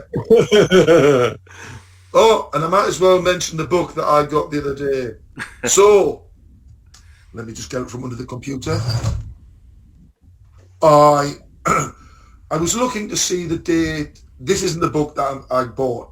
I have bought it, but I'm waiting for it. I was looking to see the date that the Jock book comes out, the Jock Dread book, and it's next month. I think it's the 22nd. So I'm looking forward to that dropping. But I looked at the Anderson versus Death, and I thought I should get that, but I'm not prepared to pay like fucking £500 postage. I mean, that's a little bit more than Rebellion do, but I'm not paying half the price of a book for postage. So I looked on Waterstones, which is the big book chain in the UK from Mr. Ross, and they had it. So I popped in the shop when it was Prog Day, which last week was Thursday because I couldn't be bothered going down the town on Wednesday. And I popped into Waterstones and I got the lady to order it for me, and she said, we will give you a text when it comes in. Do you do that, Mr. Ross? Do you text people? When they come in, no. Well, I think we can, but we're old-fashioned. We give them a call. Oh, you actually ring them up and say, hello? Yeah. Hello? Oh, hang on. What are you doing? You're masturbating? Oh, we'll wait till you finish, then we'll tell you what's happening. The text is much easier because then you can just reply to it. The text is easy. people ask for that, but it also, we don't have like an automated way of doing Fucking that. so backward. So if we don't, oh God, you didn't see us like writing out the whole thing in paper and watching people shift their weight back and forth, like looking at us like, oh my God, you're actually still doing it this way.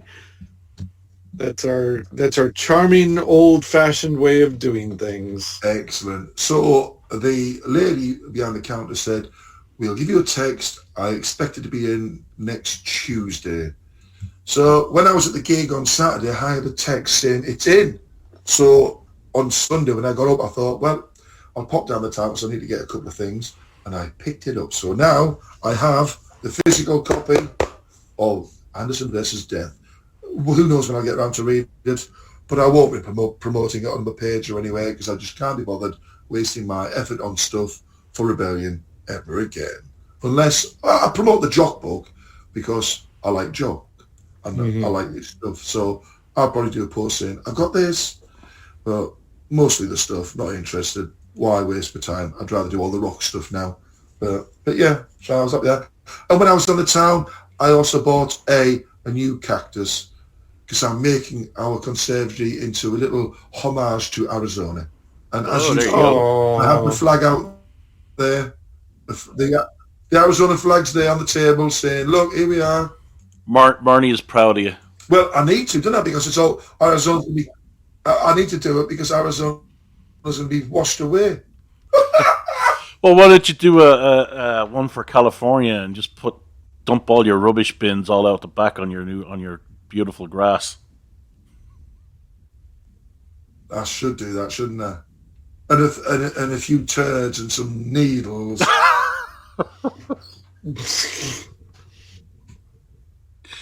Oh my goodness! I saw. By the way, that Cynthia Rothrock movie was filmed in Arizona. I know. Benson, Arizona.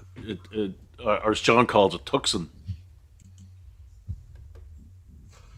No. No, I said Tucson. Tucson, there you go.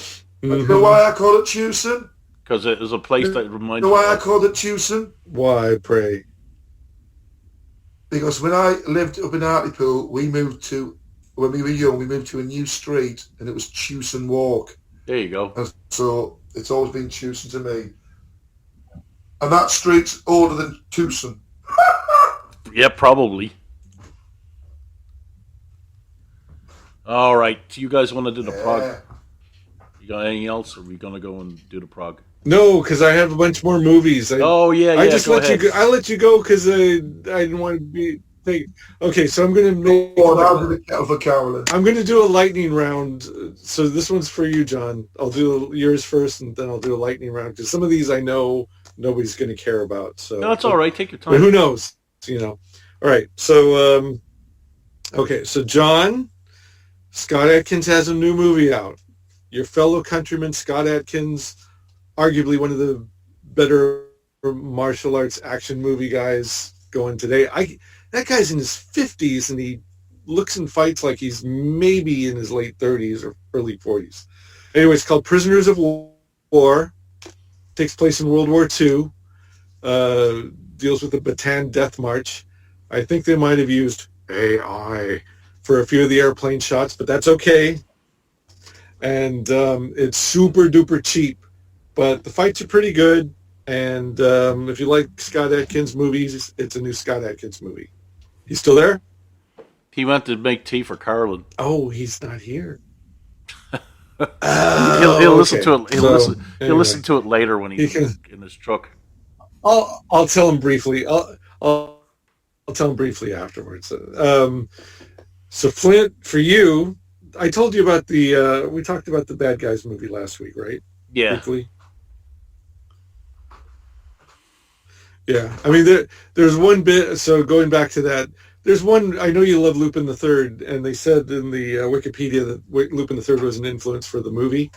There's a bit where the wolf character is running, and it is 100% the monkey punch run where the elbows are up at a 45-degree or 90-degree angle, and the legs are, I mean, it is 100, and then there's like a little bit where they're driving around in this little yellow car that kind of looks like a mini. Oh, that's Lupin. That's like, Lupin's car. These guys do the. Yes, I'm like, dude. There's some Easter eggs here that you would love. But that was last week. So this week, you know what, Rossy? While I'm thinking of it, I have a coworker. Hold on. While I'm thinking of it, for some reason it's still on a delay. I did watch a bit of the K-pop Demon Hunter stuff, the first 10 minutes, just to see what all the fuss is about. And I could totally see that being a huge hit for kids today. Totally see that being a massive, massive hit. Oh, yeah. Yeah. Mm-hmm. Yeah, well, we could talk about that at length if you ever see the whole thing. But right. So I've got a coworker who bought herself one of those like TVs with the VHS included on it. And I said, oh, have I got some tapes for you? So I lend her some tapes, and she says, okay, well, in return, I'd like you to see a show I like called Smiling Friends. And so, long story short, I obtained the first season of it, and I started watching it, and I was immediately was a hard eye roll because it was an Adult Swim show. The episodes are only like 10, 11 minutes long, and right away this hipster Napoleon Dynamite font comes on, and then the characters come on as like that ugly Adult Swim type of character design, like Regular Show and Adventure Time, where it's like everything's weird and the characters don't have bones or anything, and it's one of those shows. It's like a workplace sitcom where like everybody, everybody talks like this. And so are you going to the thing? What do you the thing? What thing are you thinking? You're talking about the thing, that kind of dialogue, and I'm like, oh God, but then a progression of things starts to happen, and I'm kind of like won over by it. And this was like in the first episode. So the premise is these two cartoonish characters who work out of a building that's like a giant smiley face have to go out. Their job is to go out in the world and make people laugh and smile. So it's like a buddy comedy of this little purple guy with bugged eyes who's like really happy all the time, and his friend who's kind of like, wearing a hoodie and sort of depressed all the time. So they have to go to this old lady's house, and they have to cheer up her son. So they go into the house, and you think it's going to be like a little kid, and it's like this 40-year-old man, and he's drawn to be horrifying. If you know what Mr. Plinkett looks like, it's kind of like a lumpier version of Mr. Plinkett.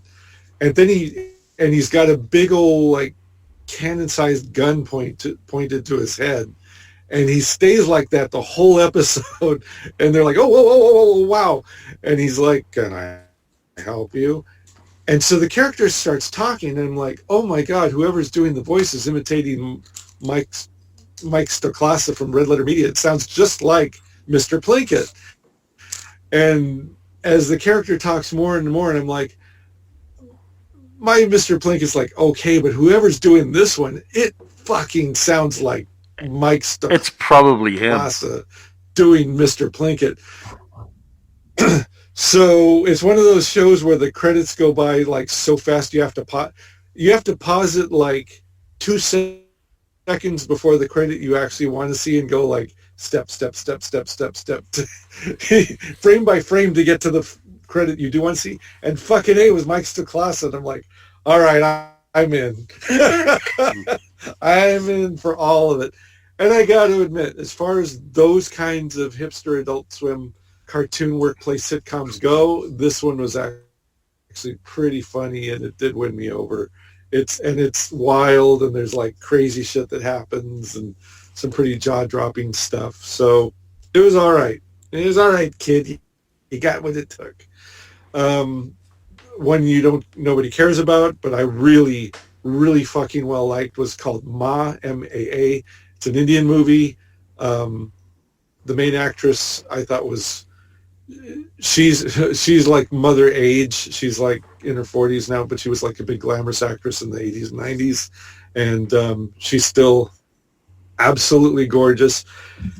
Reading up on it, it's only 2 hours and 15 minutes long, and there's only one musical number in it, and it's a ritual to summon the goddess Kali. So it's really part of the plot and kind of spooky the way they do it. So it's not the usual song and dance number. The write-ups on IMDb, a lot of them were saying like it's boring, it's repetitious, the first half drags. They gave it like really low scores. The reviews were wildly mixed, and so I was ready for a slog. The special effects at the end aren't great, but they're not as terrible as the reviews from India made them seem. And I've seen far worse special effects out of India, but I've also seen really, really good special effects out of there too. Like, all that outsourcing that Marvel does to them, like they're learning, and applying it to their own movies. And now for like literally the catering budget of a Marvel movie, they're able to make spectacular shit with their own actors and their own people. This isn't quite that great, but it's pretty good. I think the problem with it is that a lot of it takes place at night, and instead of that day for night filter that they used to throw on a camera lens to film that where it really looked obvious, they used kind of like just sort of this bluish gray tint for night, and it's not as spooky as if it was like starkly black and whatever the moonlight hits or whatever. That's the only thing. But as far as the first part of it, I thought it was absolutely fine. And maybe the reviewers in India had never seen those Italian movies where somebody goes to an old mansion or an old house and things happen just slightly off center from the main focus of the shot, and things happen in the background and things get moved. And I mean, it is 100% an old British and or Italian and or European movie from the golden age of when they were making those things. That's the lead up. And then they summon Kali, and then it's like a CGI fight fest that I thought was really, really cool. And the makeup effects on the little girls that are being abducted, I was all in. So if you like a good horror movie, you want something a little different, Ma from India, I think it's on Netflix. I thought it was worth a watch. If you don't like the musical numbers, it's not a horror movie. You might be more. It's MAA. Yes, it's a horror movie. So, like I said, it's probably on Netflix or Prime. And if you want to see something a little different, and they kind of touch on the Kali stuff. It's only compared to other Indian movies, 2 hours and 15 minutes. So it was good. I saw a movie I saw the first half hour of a movie called Death Bitch, and it's supposed to be Death Wish. It looks like some biker dude got all of his biker and cholo friends together. It's another movie where almost everybody in it's like over 50 because they like Death Wish type movies, and they grew up on the Grindhouse movies and thought those were cool and tried to make one of their own on cell phones. And it's like, ha ha ha, look how cheap it is. Ha ha, we filmed all of this in bars. Ha ha ha, all of our friends are in it. Ha ha ha. We used cheap out-of-the-box video co-pilot gunshots, and the dialogue isn't synced right, and the actors act like they're waiting for the next line. And it's you can't hear what they're saying half the time because the mic isn't like anywhere near where the actors are. It's on the phone. I couldn't. That would have been a bad movie night movie, but I don't really have those guys over it anymore. So I was like, I'm not sitting here watching this by myself. What's the point? What's that movie called, Rossy? What, Death Bitch or Ma? Oh, Death Bitch. Death Bitch. Okay. Yeah. Because it sounds like Death Wish. And then I think there was one other thing, and I completely. I think that might be enough. So, but yeah, to me, for what it was, like the Prisoners of War with Scott Adkins. John, you missed the review. Prisoner of War with John. Oh, the big one. Oh shit, the big one. I saw the Fantastic Four, and I really didn't like it. Well, the thing with the Fantastic Four, it's incredibly boring. It's got idiot logic in it, where you have a pregnant woman going into space that can harm the baby. You have Reed Richards being the dumbest motherfucker on the planet by not figuring out, hey, let me disappear Galactus first, instead of trying to move the whole of the fucking planet Earth using all those resources to a galaxy that could implode the Earth. I mean, he's so stupid. And then Johnny Storm is this this genius that he's not in the comic books that's able to sort out the language that the Silver Surfer's speaking, and then the banter between Johnny Storm and the Thing is just like there's no play between them. There's no horseplay or pranks. It's a terrible movie. Just that it looks really good. It's god awful, but it looks good. And I'm going to say that there were some shots in there that I think were like 100% AI, especially if it's like a city scene where, you know, it's like, oh, here's our retro futuristic city of the future. Some of those shots, because they had nothing, some of those shots, had nothing to do with anything else in the Fantastic Four verse part of it. It's just like, hey, there's a shot of the city of the future. That looked like it was just an AI shot that they stuck in there. But they spent a god-awful amount of money on this thing. That shouldn't affect the review, but it kind of does, because it shows the huge amount of waste on this project. Most of the movie takes place in the Baxter building or on the spaceship or on a green screen set on Galactus' ship. And then there's like some city stuff, which is like, of course, CGI and all that kind of thing. The things that like, oh, you hate it because, first of all, I really wanted to like it because I wanted to say like, hey, Marvel's back because they made a good Fantastic Four movie. They're one of my top 5 favorite like actual Marvel, not Micronauts, not ROM, not Shogun Warriors, not Star Wars. They were like one of my favorite Marvel created comics from back in the day.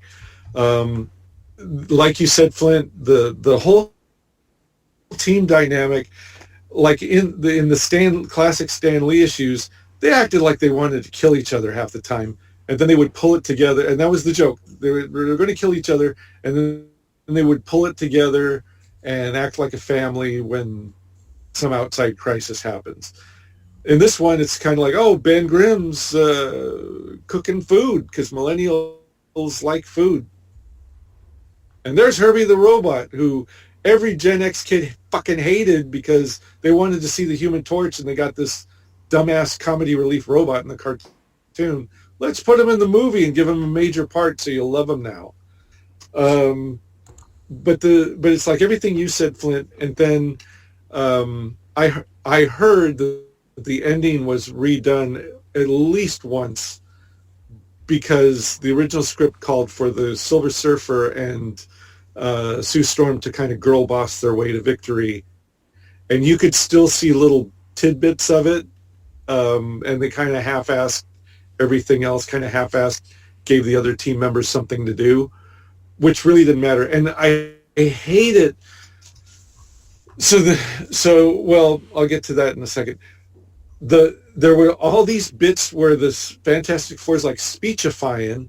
They're standing in front of either a room full of people or on TV or in front of a crowd of people. Sue Storm's holding her baby and saying how she's not going to give it up.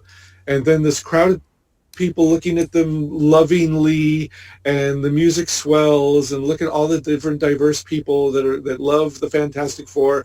And then they plot everything they say. And it's like, this is like the millennial wet dream of like, you know, I am saying things and then everybody applauds when I say it. It's one of those fucking Marvel cities where there's like TV screens everywhere on the sides of buildings, like it's fucking City Walk. And then everyone in the plaza below is like standing up, watching shit going on, and then cheers when the heroes do something cool because they have to be cheered and applauded for everything they do. Yay. And then, so instead of character building or whatever, it's just them giving inspiring speeches with swelling music. And the music was pretty good. Credit where credit's due. The music is pretty good. But when they got to like the Galactus thing, would it really have killed them to do any kind of Jack Kirby style production design on the Galactus thing? I mean, it's truer to the comic Galactus than a Cloud, and if they had stuck exactly to the Jack Kirby Galactus, that would have been laughable on the big screen. I get that, but in the ship, that would have been kind of. We've not really seen that except for a little taste of it in Ragnarok. But it would have been nice to see like some Jack Kirby kind of tech on the Galactus ship. But no, it's just generic spaceship design. And they spent so much time and effort trying to make the retro future city that the Fantastic Four live in, but they kind of half-assed the ship, as far, in my opinion. Yeah, I did. And like the Pedro Pascal thing, like I said, that didn't bother me. But like Flint said, the character comes across as a dumb shit. Oh yeah, he's an idiot. He's a complete idiot. Leader of the team. The movie was very bland. And it's that kind of Go ahead. Well, there's this one thing that happened that they do in the movie that I can't stand whenever they try to do it in other things. They did this on the David Tennant Doctor Who, where it's like, okay, we've got this plan and it requires everyone in the world to do this thing. So like on the Doctor Who thing, it's like everybody in the world has to think of the Doctor at the exact same time. It's like, fucking hell, you can't get everybody in the world, you can't get half the people in the world to do the same thing, because the other half will say, well, I'll just take Tylenol instead. And it's like, okay, you got to own the other half of the world. I get it, but we got a global crisis. Could we? No, the answer will be no. So when it happened on Doctor Who, it was unbelievable then, and then like now it's kind of like, yeah, we got to turn off all the power on everything to get these things to work, and we're doing it to save our one baby. But when then these things explode, how many people do you think the fireball is going to kill when it goes like? And the other thing too is like same thing with Superman. It's like, okay, we're going to evacuate the city. Anytime you have to evacuate anything, there's going to be at least a few hundred screwballs that are going to stay behind and get killed. So it's kind of like when things get destroyed or whatever, it's like not okay that like, oh, well, we evacuated. There's going to be thousands of people, if not maybe 1 million plus, that are killed in this. Yeah, I blame the Avengers for that. Because the Avengers are the one that started that whole crap with the city being invaded, and they sit around and have a nice little happy meal with thousands of people dead. They do show people getting killed and rubble falling on them, at least in the Avengers movie. Yeah, that's the thing I hate about the whole Marvel thing, and they did it with Marvel Zombies. I watched the Marvel Zombie series, and it's really, really bad, terrible writing. Absolutely horrendous. And don't get me started on animation. I hate that 3D animation that looks like 2D because it looks too mechanical. For a company that owns that, for a company like Disney that owns Marvel, you think they do proper animation, but that looks so cheap. It's expensive, but it looks cheap. The thing that really annoys me about stuff is they'll be in the middle of a fight or in the middle of a dangerous situation, and there'll be a moment where they'll pause and they'll look at the character and they'll say something stupid or do something stupid or just look in their eyes, while all this violence is going on around them. It's like it's some of the stupidest shit ever. Like, you're in the middle of a battle with a zombie, and then you're pausing and you're looking at the Scarlet Witch or whatever, and you're just like, well, all this is going. You'd be toast. They do a lot of that stupid looking into the distance shit. It drives me crazy. Or they'll have us, like, for example, the Hawkeye character, the one that takes over from Hawkeye, the female character, she manages to grab one of his trick arrows, and then she has a stupid moment where she faces off against the Scarlet Witch, and she fires the trick arrow, and all it fires is confetti. And they do it as a joke, but there's no way you would do that in a serious situation surrounded by zombies. You wouldn't do that with the arrow. They do some stupid grandstanding stuff that makes absolutely no sense, and there's idiot logic throughout the whole series. It's really, really bad. I mean, I can't believe it. And the end of it is nonsensical. You can't make out what the hell the end is. It's terrible. And it's Kamala Khan, is that her name? She's for some reason she's the big linchpin for the Marvel Zombies, and it's never explained why. why the Scarlet Witch wants her or how she can use her. None of it is explained. And of course, they have to sit around having, tea, boba, whatever it is, that shit tea or whatever. It's a terrible, terrible series. I mean, there's one or two really cool action sequences in it, but the idiot logic running through the whole thing and how the characters act in serious situations is just unbelievably bad.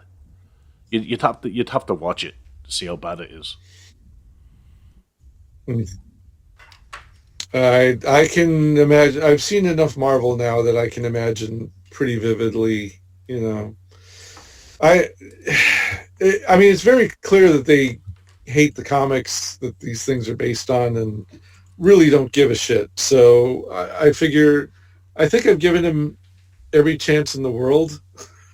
So I'm done. I mean, you fucked up the Fantastic Four. I'm done. There's no, and you look at their schedule going forward, it's like, I don't see anything on that schedule that even I would even want to give a chance to. So it's still the closest. It's still the closest you get. And I can find it's still as close as you'll get to seeing the Fantastic Four on the screen, though. Well, I was, you know what? So far, the best one is still the Roger Corman one. So what does that tell you? Yeah.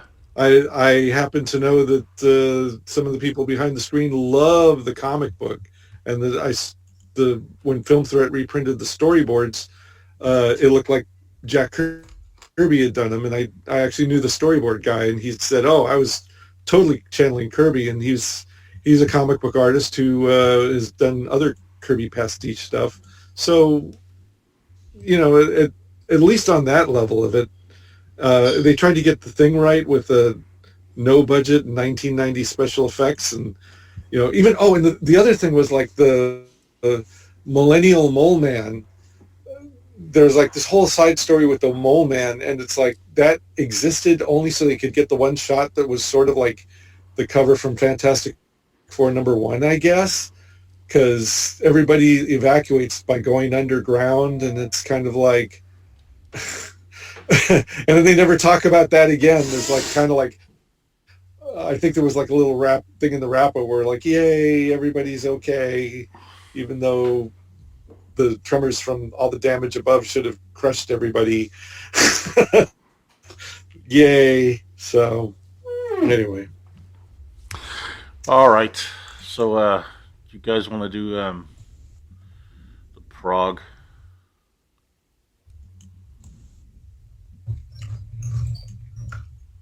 Let's talk.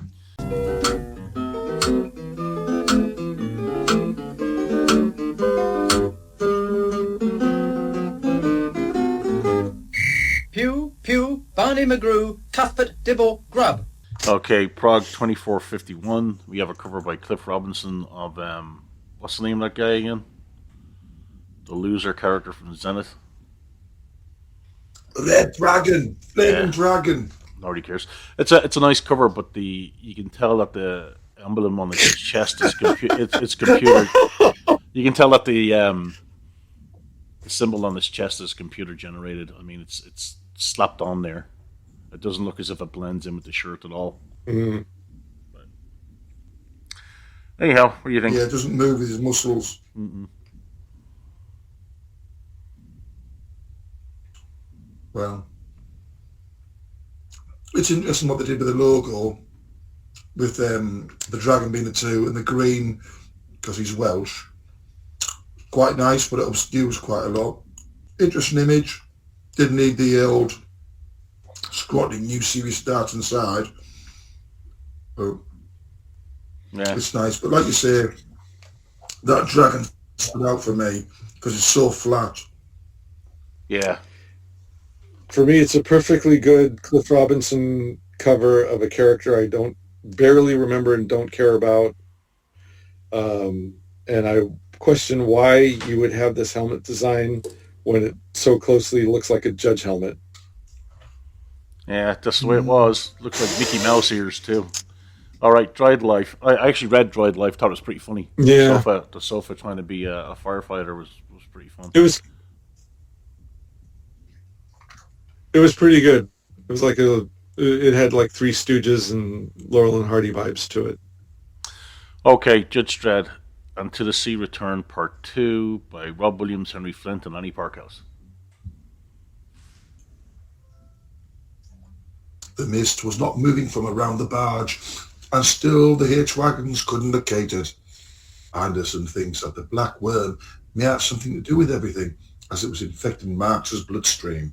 And then Judge Tan intercedes and jabs on about bristleworms and mutations and the like. And then Dredd suddenly tells Marx to tell them everything he knows about the barge, as he's not getting out of this isocube, ever. We're to encourage people, Joe. Anderson reads his mind, he goes to crackers, and Dredd decks him, as he does nowadays. But luckily, she knows where the worm came from, and after another bit of info from Tan, they set off to Sector 108, and due to the mist, they can't reach the local sector house. Well, there you have it. The funny thing is that Rob Williams Dredd lives up to Rossy's take on Rob Williams Dredd, where instead of just smacking the guy's head on the desk, he puts his head right through it and breaks the desk.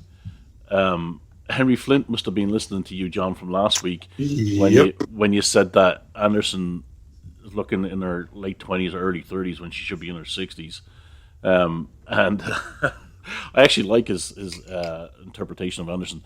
I think that he's perfectly right in that these characters should look perpetually like Batman and Superman, always around the same age, like in their 30s, so mid 30s or early 30s. So I'm with Henry Flint on that. I love the artwork. It's very. It looks like. I'm not. Looks like Henry Flint is going for a minimal approach to a lot of the stuff he's drawing now and relying on color a lot, which is great. I think it's fantastic. Henry Flint is just amazing, and the story's interesting enough to keep me interested. So that's it for me. If they're going to follow the rules, and the rules say every year in the strip is a year in real life. Yeah, but it's not though. Or every year in real life is a year. It's not though. Because the Apocalypse War didn't Who said last. that? I said it. Mr. Wagner said it. Well, Wagner's wrong. It doesn't matter. He's wrong because the Apocalypse War only lasted a week. The Apocalypse War in the comic books only lasted a week and a half. Yeah. In the publication time, it was like nearly a year, 25 weeks or 26 weeks. But in the strip itself, it only lasted a week and a half. So, there you go. Not every year is really a year of Dredd. Yeah, but the following strips for that year were the rest of the year. The Apocalypse War was only 7 weeks. Less than 7 weeks. It was like 7 days, 7 or 8 days. It wasn't months. And how many progs was it? It was 25 progs, which is how many months? Okay, the other 25 progs, because obviously the break for Christmas. The other 25 progs. No, every prog is supposed to be a week. Every prog is supposed to be roughly a week of Dredd's timeline. If every year goes by year. Could you just repeat what you said about Wagner being wrong? Yes, he's wrong. Well, when that may have worked. The weekly thing may have worked when it was kind of like one and done, sort of like the main staple of the comic. But now it's like, oh, we've got another 20-part Rob Williams story. It's going to take also they're not going to the year. But also if Dredd ages by each year, they're not going to age out the character till he's dead. They're going to keep him roughly around the same age. Like the way Dredd is drawn by Henry Flint in this, he looks as if he's in his 50s. So Henry Flint is right. They could go, well, I say there's two solutions to this conundrum. One would be... right, and you're all wrong. No, as a No, Libra, Flint is right, you're all great wrong. Balancer of justice. They could do the Mickey O'Carroll thing where there's a rejuvenation chamber, and she comes out. Yeah, but that doesn't matter because Mickey O'Carroll stories don't count. Or Judge Anderson could go under Cynthia Rothrockian style plastic surgery and look the way she looks, where her, because you can't tell in the comic if her face doesn't move the way Cynthia Rothrock's doesn't move. So, you could win-win either way. Well, I believe, and this is the correct way, what's happened is we know the judges are all Nazis. They have taken over the planet where the Stucky characters live, and they're putting them in concentration camps, and they're using their Stucky glands for their own nefarious ability to keep certain judges young. I think there was a story where that was hinted at, and I think it might have been a Wagner one, that Dredd was being given Stucky pills. Right. Great minds. There you go. I think it might have been Wagner that did that. I'll have to check that now. Anyways, what do you think of the story? Mm-hmm. It held me interest. Yeah. So I went back. This morning I woke up and realized that I remembered almost nothing about the stories that we read last week. So I went back and reread only the ones that are part ones of the ones that we're reviewing this week. And as much as some of them I didn't like so much the first time around, I understood them more, and I was more on board with them after rereading them second time, especially Brass Sun, because it was so dense. I reread this one, and the Henry Flint art is really, really good. But it feels like, things are being put on the chessboard. We've got this new character, the Asian-looking tech judge, who's, I guess, knows everything and is going to be some kind of comedy relief. And we've got two stories that may or may not get woven together. We've got the missing jail on the Black Atlantic, and Judge Anderson having this guy who had these visions of this other dimensional being. It's like, how are these two things going to collide together? It's a Rob Williams story. Maybe they will, maybe they won't. Maybe they'll just end it after 20 chapters and say, well, come back in a year and we'll tell you some more. I don't know. So seems okay so far. I am cautiously optimistic and fully prepared to be disappointed. And the thing is, Henry Flint learned a golden rule. It's Judge Anderson, not Judge Manderson, so that's why he knows it. Oh, yeah. Okay. Yeah. I'm totally on board with that take. Okay. Red Dragon, Part 1. Rob Williams, Steve Yellow, Patrick Goddard, Dylan Teague, and Simon Boland. So it's can't be what? Oh, we didn't agree who was going to do it, but go right ahead, John. Oh, it's Carnaby Street in the swinging 60s, and Cloud 9, previously known as Task Force UK. They're probably previously known like that because they were getting rid of all the illegal immigrants. They make an appearance, but late to the party is Red Dragon, who flies in at speed and overshoots the rest of the team and smashes into a shop front. He's still pissed from his time with Richard Harris and Peter O'Toole, lucky devil. And now back to the present and Martin Howe, writer of Flying High, which is about superheroes, and obviously a cash grab due to Zenith at the time.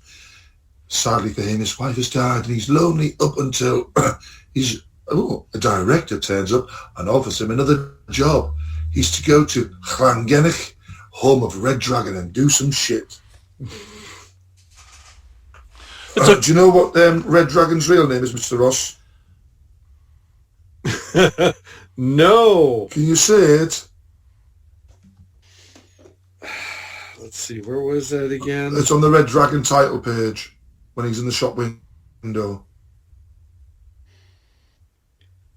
Shadwell Reese. Shadwell. I'm Shadwell. Well, you've got the second bit right. Shadwell. Shadwell. Is this so they can call him Shagwell at some point? No, that's the name, Shadwell. Well, I know from John Rhys Davies, so I recognize that name. Well, I don't know. I thought the artwork was great. I thought it was really good. Steve Yoel,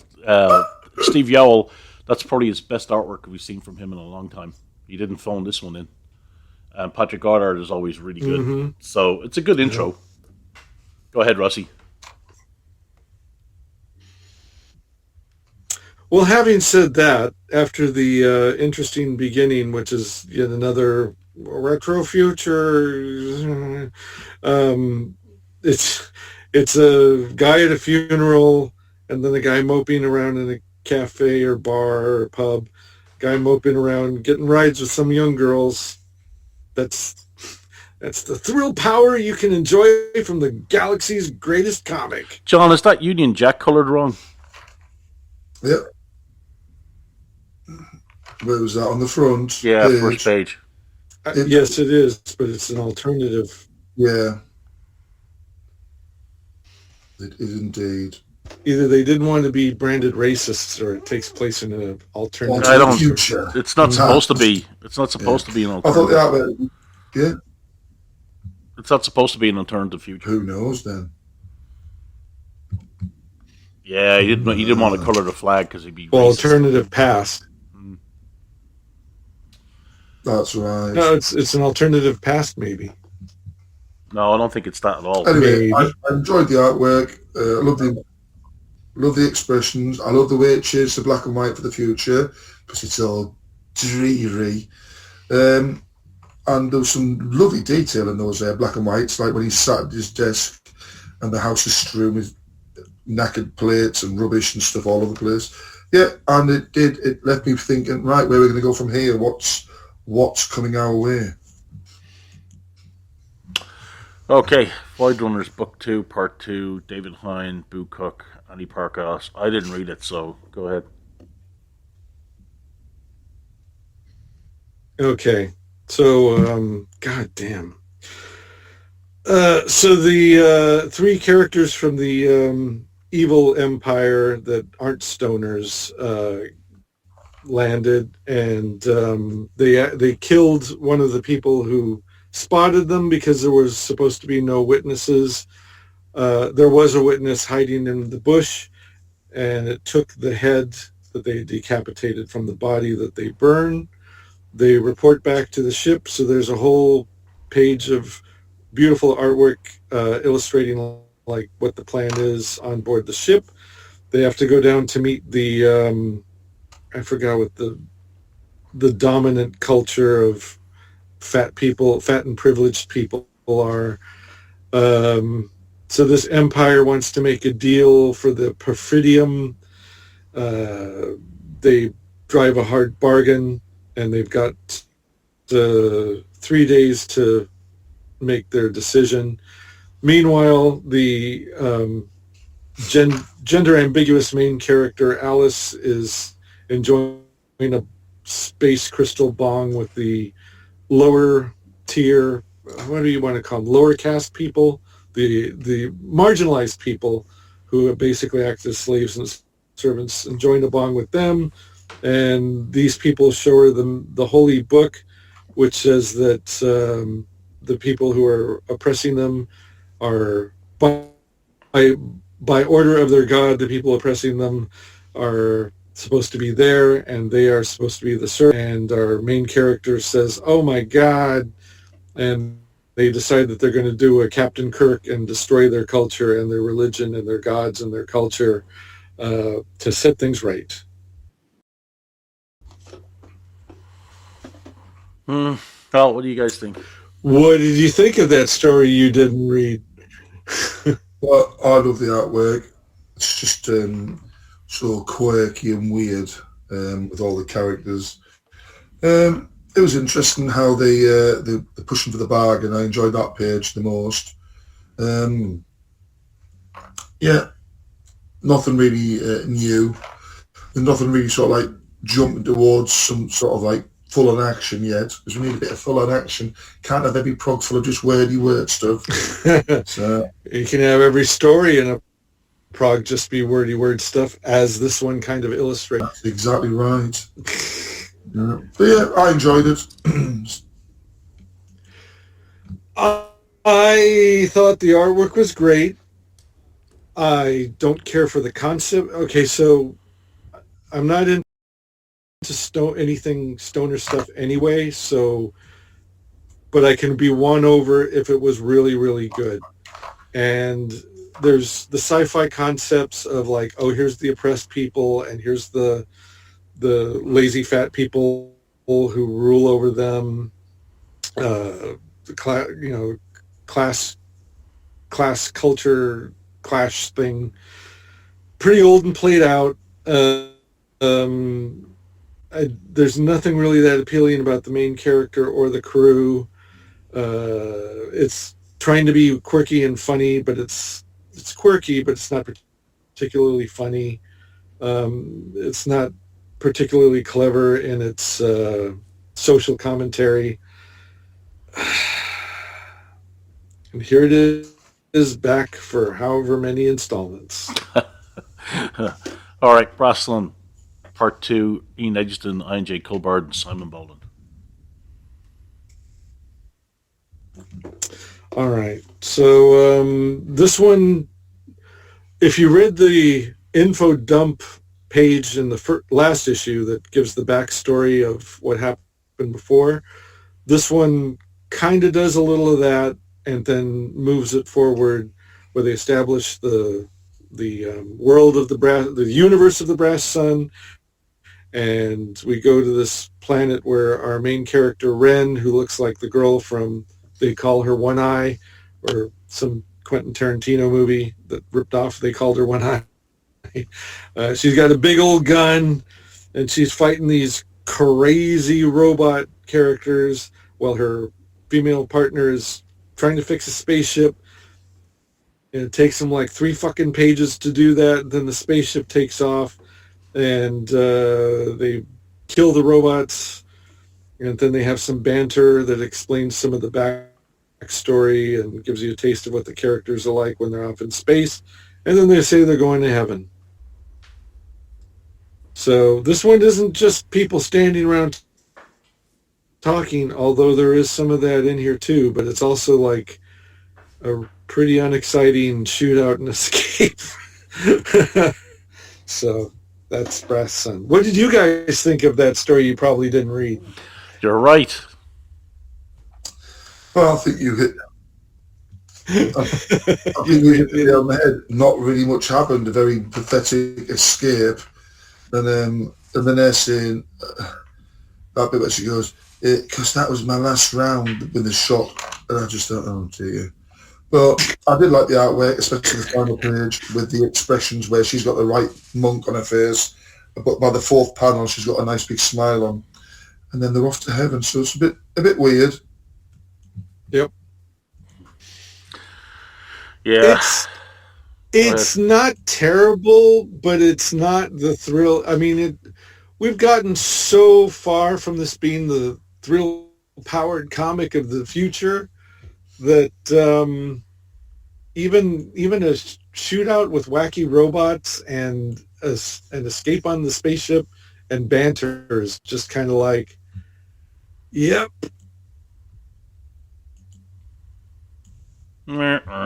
Okay. Rogue Trooper, Ghost Patrol, Part 2. Yeah. Suicide Enabler, Alex the Campy, Neil Edwards, Matt Soffin, the Cosplay Cowboy, Dim Dumbbell. Jock McEnroe's remembering how the Quartzo massacre happened, as he, I think, and his men dropped into the zone after the GIs fucking hell. They witnessed the carnage that has happened all around. Then out of the blue, mist, Gunner appears, and then Rogue, who tells the sergeant to have his squad cover him as he runs towards a wounded bagman, just like we saw when we first read the Prog appearance of Rogue Trooper all those years ago. Okay, I've only got a couple of things to say about this. I like the artwork, but on the last page, the bottom left-hand panel, it looks as if the guy is holding a little action figure of Rogue, number one. On number 2, the covering fire looks like they're gonna shoot Rogue in the Is leg. that? Yeah, the bottom left-hand panel looks like the guy is holding a little action figure of Rogue, and then when he's running for to go to Bagman, and when he's running to go to get, that's tangents for you, and when he's running to go get Bagman, it looks like they're gonna take Rogue out, shoot him in the legs. That's terrible. But that's it for me. Yeah. Yeah, I think that page also had the best picture on it of Rogue up top. Again, with the art for me, the first page, bottom panel, everyone's looking out the port, the sort of the windows. Yet when you look 2 panels up, there's no way the windows and the seats are that close because they're not. I just think, again, we've said it before, and the great sage that is Gordon Rennie did say with Dredd, there is no more stories to say. I think he got the character wrong. I think what he meant to say was Rogue Trooper, because we're retconning the history of Rogue Trooper here, that the whole Quartzo massacre is being retconned. Unless this is a dream and somebody wakes up. But I have nothing, the story does nothing for me because it doesn't exist in the timeline. Yeah. Oh, wow. It doesn't. He's right. Yeah. It's like you said, the artwork was excellent, and trying to remove the art from the artist as far as the writer goes, it moved along at a faster clip than the other stories in this issue, but it kind of feels like pointless because we're retelling like another aspect of the Rogue Trooper origin story. And it's like, okay, we've been here. How many times do we have to see the robber grab at Martha Wayne's pearls, and you know what I mean? It's we've been retelling these character origin stories like to death. So anyway, yeah, it's pretty bad. All right, so what was your favorite story? Well, I'm going to go for the story that is interesting, which to me would be all about Shadwell Reese and his red dragon. I thought the artwork was good. I want to see what's going to happen, and if he's a right twat like Zenith is or was. What was your favorite, Rossy?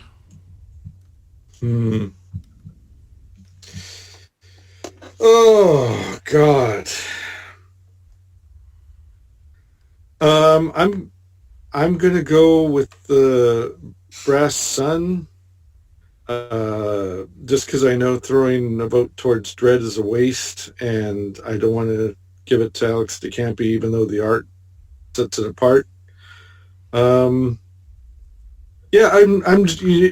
now I'm going to say it. I fucking hate this. I hate this so much. We're at that point that I said years ago where we're going to get to, where like all of our favorite creators are either not working for the Prog anymore, or are dead, or whatever. They're not here anymore. The artwork is excellent, as apparently they have no problem finding excellent artists to work for them, because the artwork is like, it's still 2000 whatever the peak color 2000 AD era was for the computer color, not the weird, we're still trying to make it look like a painting era, but like when they embraced the computer coloring and said, fine, we're going to keep up with the times. Whatever that peak era was, this artwork is still there. But like, I don't care about any of these characters, and that includes the Psycho Rob Williams Dredd. I don't care about any of the stories. I hate the way the stories are told, because it's clearly everybody's writing for the trade paperback now. It's just 5 fucking pages of a much longer story that has no peaks, valleys, climaxes. It's just the same shit. Brass Sun is trying, and also I got to give it to the campy Rogue Troopers trying, but it's hampered by, it's like, well, it's like the Fantastic Four. You're retelling the same origin story that's been told 12 different times by 12 different writers. So, you know, how big of a dope do you have to be to not get that right? And it's just fucking hell. It's awful. It's not bad. The problem is it's not bad enough to be awful. It's just it's like milk that's been sitting out for a day. It's just so, God damn it. And it's frustrating because it's like if a writer came along and gave these artists something cool to draw like every third page, and something exciting and something thrilling and characters you were excited about, and if they weren't fucking afraid of everything, the writers weren't afraid of everything. Like Pat Mills, you know, when Pat Mills came in and like, I'm anti-establishment. Yeah, the establishment was something you wanted to be anti at that time. There was something to fight against. There's nothing to fight against now. You, Pat Mills, and your people, you won. So now you're going to either fight against yourself or have the courage to say, you know what? These things still need to be fixed. This is our side, but they're not perfect, and there's still things we need to do to be fixed. Have the courage to admit that shit and quit harping on the other side, or pick specifically what it is about the other side you don't like, and not just have like some orange man with bad hair be the villain all the time, or just like the talking points of that side. Oh, religion bad. It's like, I get it. Now, what specifically? So it's, or have the courage to say, what about what religion do you not like? And maybe go after one of the other religions that isn't the big one that won't fight back when you pick at them. So, but no, they won't. And it's just like, we're going to tell the same origin stories, same types of stories, mine from the same space operas, mine from the same superhero stories. What if superheroes weren't as good as they made themselves out? Yeah, that was awesome when Zenith pointed that out before The Boys. Was it before Watchmen, or like it was the second? So Zenith pointed. Okay, so Zenith pointed that out like within a couple of years of Watchmen pointing that out, and they did it in 2 different countries. You know, that was the UK version of Watchmen. Cool. You know, it was still new, and we haven't had like 50 versions of that being told. So, god damn, it feels like homework reading the Prog now, and it's so sad because it used to be so good. And somebody asked me, like, if I gave you $1 million, would you stop reading comics? And they'd be like, well, can I pick one? And this would be the one. 2008 would have been the one. And then, like, no. And my answer would have been, well, without comics, then life wouldn't be worth living for $1 million. What would I do with the $1 million that I would have just as much pleasure and fun as reading the 2000 AD and the comics I was reading? Hookers That's and blow, how Rossy. I felt like decades ago. And now it's, yeah, well, now it's like, you give me $5,000 and I'll give you like 17 long boxes of comics. Yeah. You just have to haul them away. Well, my favorite, I'm going to go with Dread, simply because of Henry Flint. I love his artwork, and because he's keeping Anderson young, so fuck the people that say she should be older. Yeah, you know what? I'm not going to argue with you. That's a good point. Oh, he's a brilliant artist. I should try and I should try and get him to do something for White Heat if I could afford him. Yeah, and him to draw an old character but young. Yes, with all of the things currently hampering 2000 AD. Well, it's eating itself. If having Well, of all the with all the things that are hampering 2000 AD, drawing old lady Manderson is not something you want to add to that pile. Yeah. If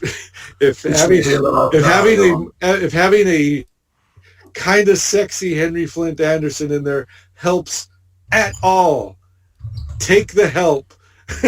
Yeah. Get over the rules. One of the big Pat problems. Mills anti-establishment and break the rules. One of the things with 2000E now is, and we've seen it in the last 20 years, is that it's eating itself. It can't create. The only new stuff it's created is the Michael Carroll stories. Everything else is just recycling. Like the Red Dragon is just a recycle. Does anybody really want to read that story? And it reminds me of that Frank Miller image that he did years ago, where you had these Marvel heavies or digging up corpses of Frank Miller's characters to bring them back from the dead in order to make money. It's just because they've run out of ideas. I'll send you the image. I actually have the image. Let me get it here and send it to you, because I was going to do a spoof of it with Tharg and the droids digging up the corpses of old 2000E characters, bringing them back to life. There it is. I put it into the podcast team chat, and I should put it up on the Everything Comes Back to 2000AD Facebook page too. So there you go. I'll redraw that, but I'll have it as Tharg or the droids digging up the corpses of Tyranny Rex and Rex and Zenith and all the characters like Black Hawk. All of them they're bringing back. All right, so. Now we got that out of the way. Anything to say before we hit the road? Our 800 episode. How about that? That's amazing for like any podcast ever. Especially a podcast. Geez Louise. Most of them don't last like 3 years. Yep. Yeah. Right. We've gone. We still really have no idea who's listening, right? Because I'm surprised the views on YouTube. Well, I'm not surprised on YouTube and Rumble. But, YouTube and Rumble, we never really announced it or promoted it. No. Go ahead, John. I'm surprised we haven't had mental breakdowns having to read this page every week. But it didn't used to be. That's the problem. I mean, we saw it. The problem is we saw it coming. It still snuck up on us, and now here we are. Like I kind of knew it was going to happen. Like it's one of the jump-off points where all of a sudden here's the new lineup, and then you look back at it and you go like, okay, this is all terrible, because there was there were artists who were good, and there were artists who had a lot of potential. And we're kind of like rooting for him. We're rooting for Stephen Austin. We're rooting for Jake Lynch and Henry Flint. Well, Henry Flint's kind of like one of the old Dan Cornwell. But like Jake Lynch and like other ones were like, hey, this guy's Dan Cornwell. Yeah, there's a bunch of, and a lot of them did get awesome. Dan Cornwell's awesome. Jake Lynch is awesome. Stephen Austin, if you give him a good story, I think that he really cares about, I think he would be awesome too. At worst, he's pretty good, given him another one of these lukewarm, slow burn stories. But it's kind of like, we've got who's the guy who does Thistlebone, Royal Academy of Art guy. Simon Davis. You still got him working for he's still working for the Prog, but the only thing he does is Thistlebone. His Slain days are behind him, and those are never coming back. And you look at all the artists that they let go, that they just, I don't know if they were difficult or had a hard time meeting deadlines or whatever, but, Danny and the fellow who did the Last Slain story, it's kind of like the artwork was worth the wait. Just give them plan ahead and give them 6 months to finish it. But, it's going to be an endless rotation now of Chimsky stories and Rogue Trooper, and then these bullshit stories that the writers or whatever like this drug runners thing or whatever that is, void runners. It's going to be an endless cycle of that stuff being the main thing.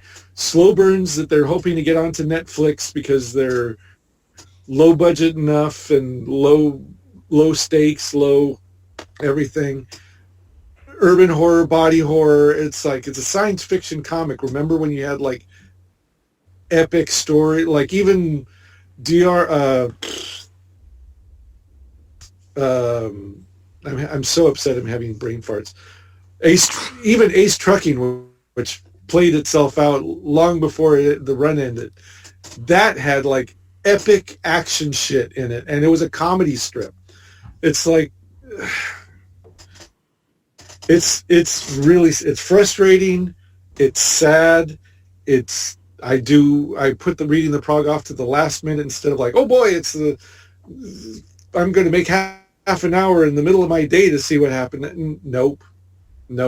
And to recommend it to people, it's like we get the trade paperbacks at work. The previous buyer got them for me as a because he thought he was doing me a favor because I've talked about it so much, and I was like, yeah, not the newer stuff. You didn't have to bring in those 2 copies of Full Tilt Boogie for me, bro.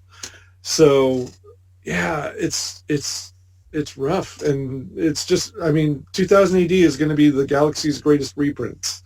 That's it. Yeah. All right. So you got anything to say before we hit the road, John?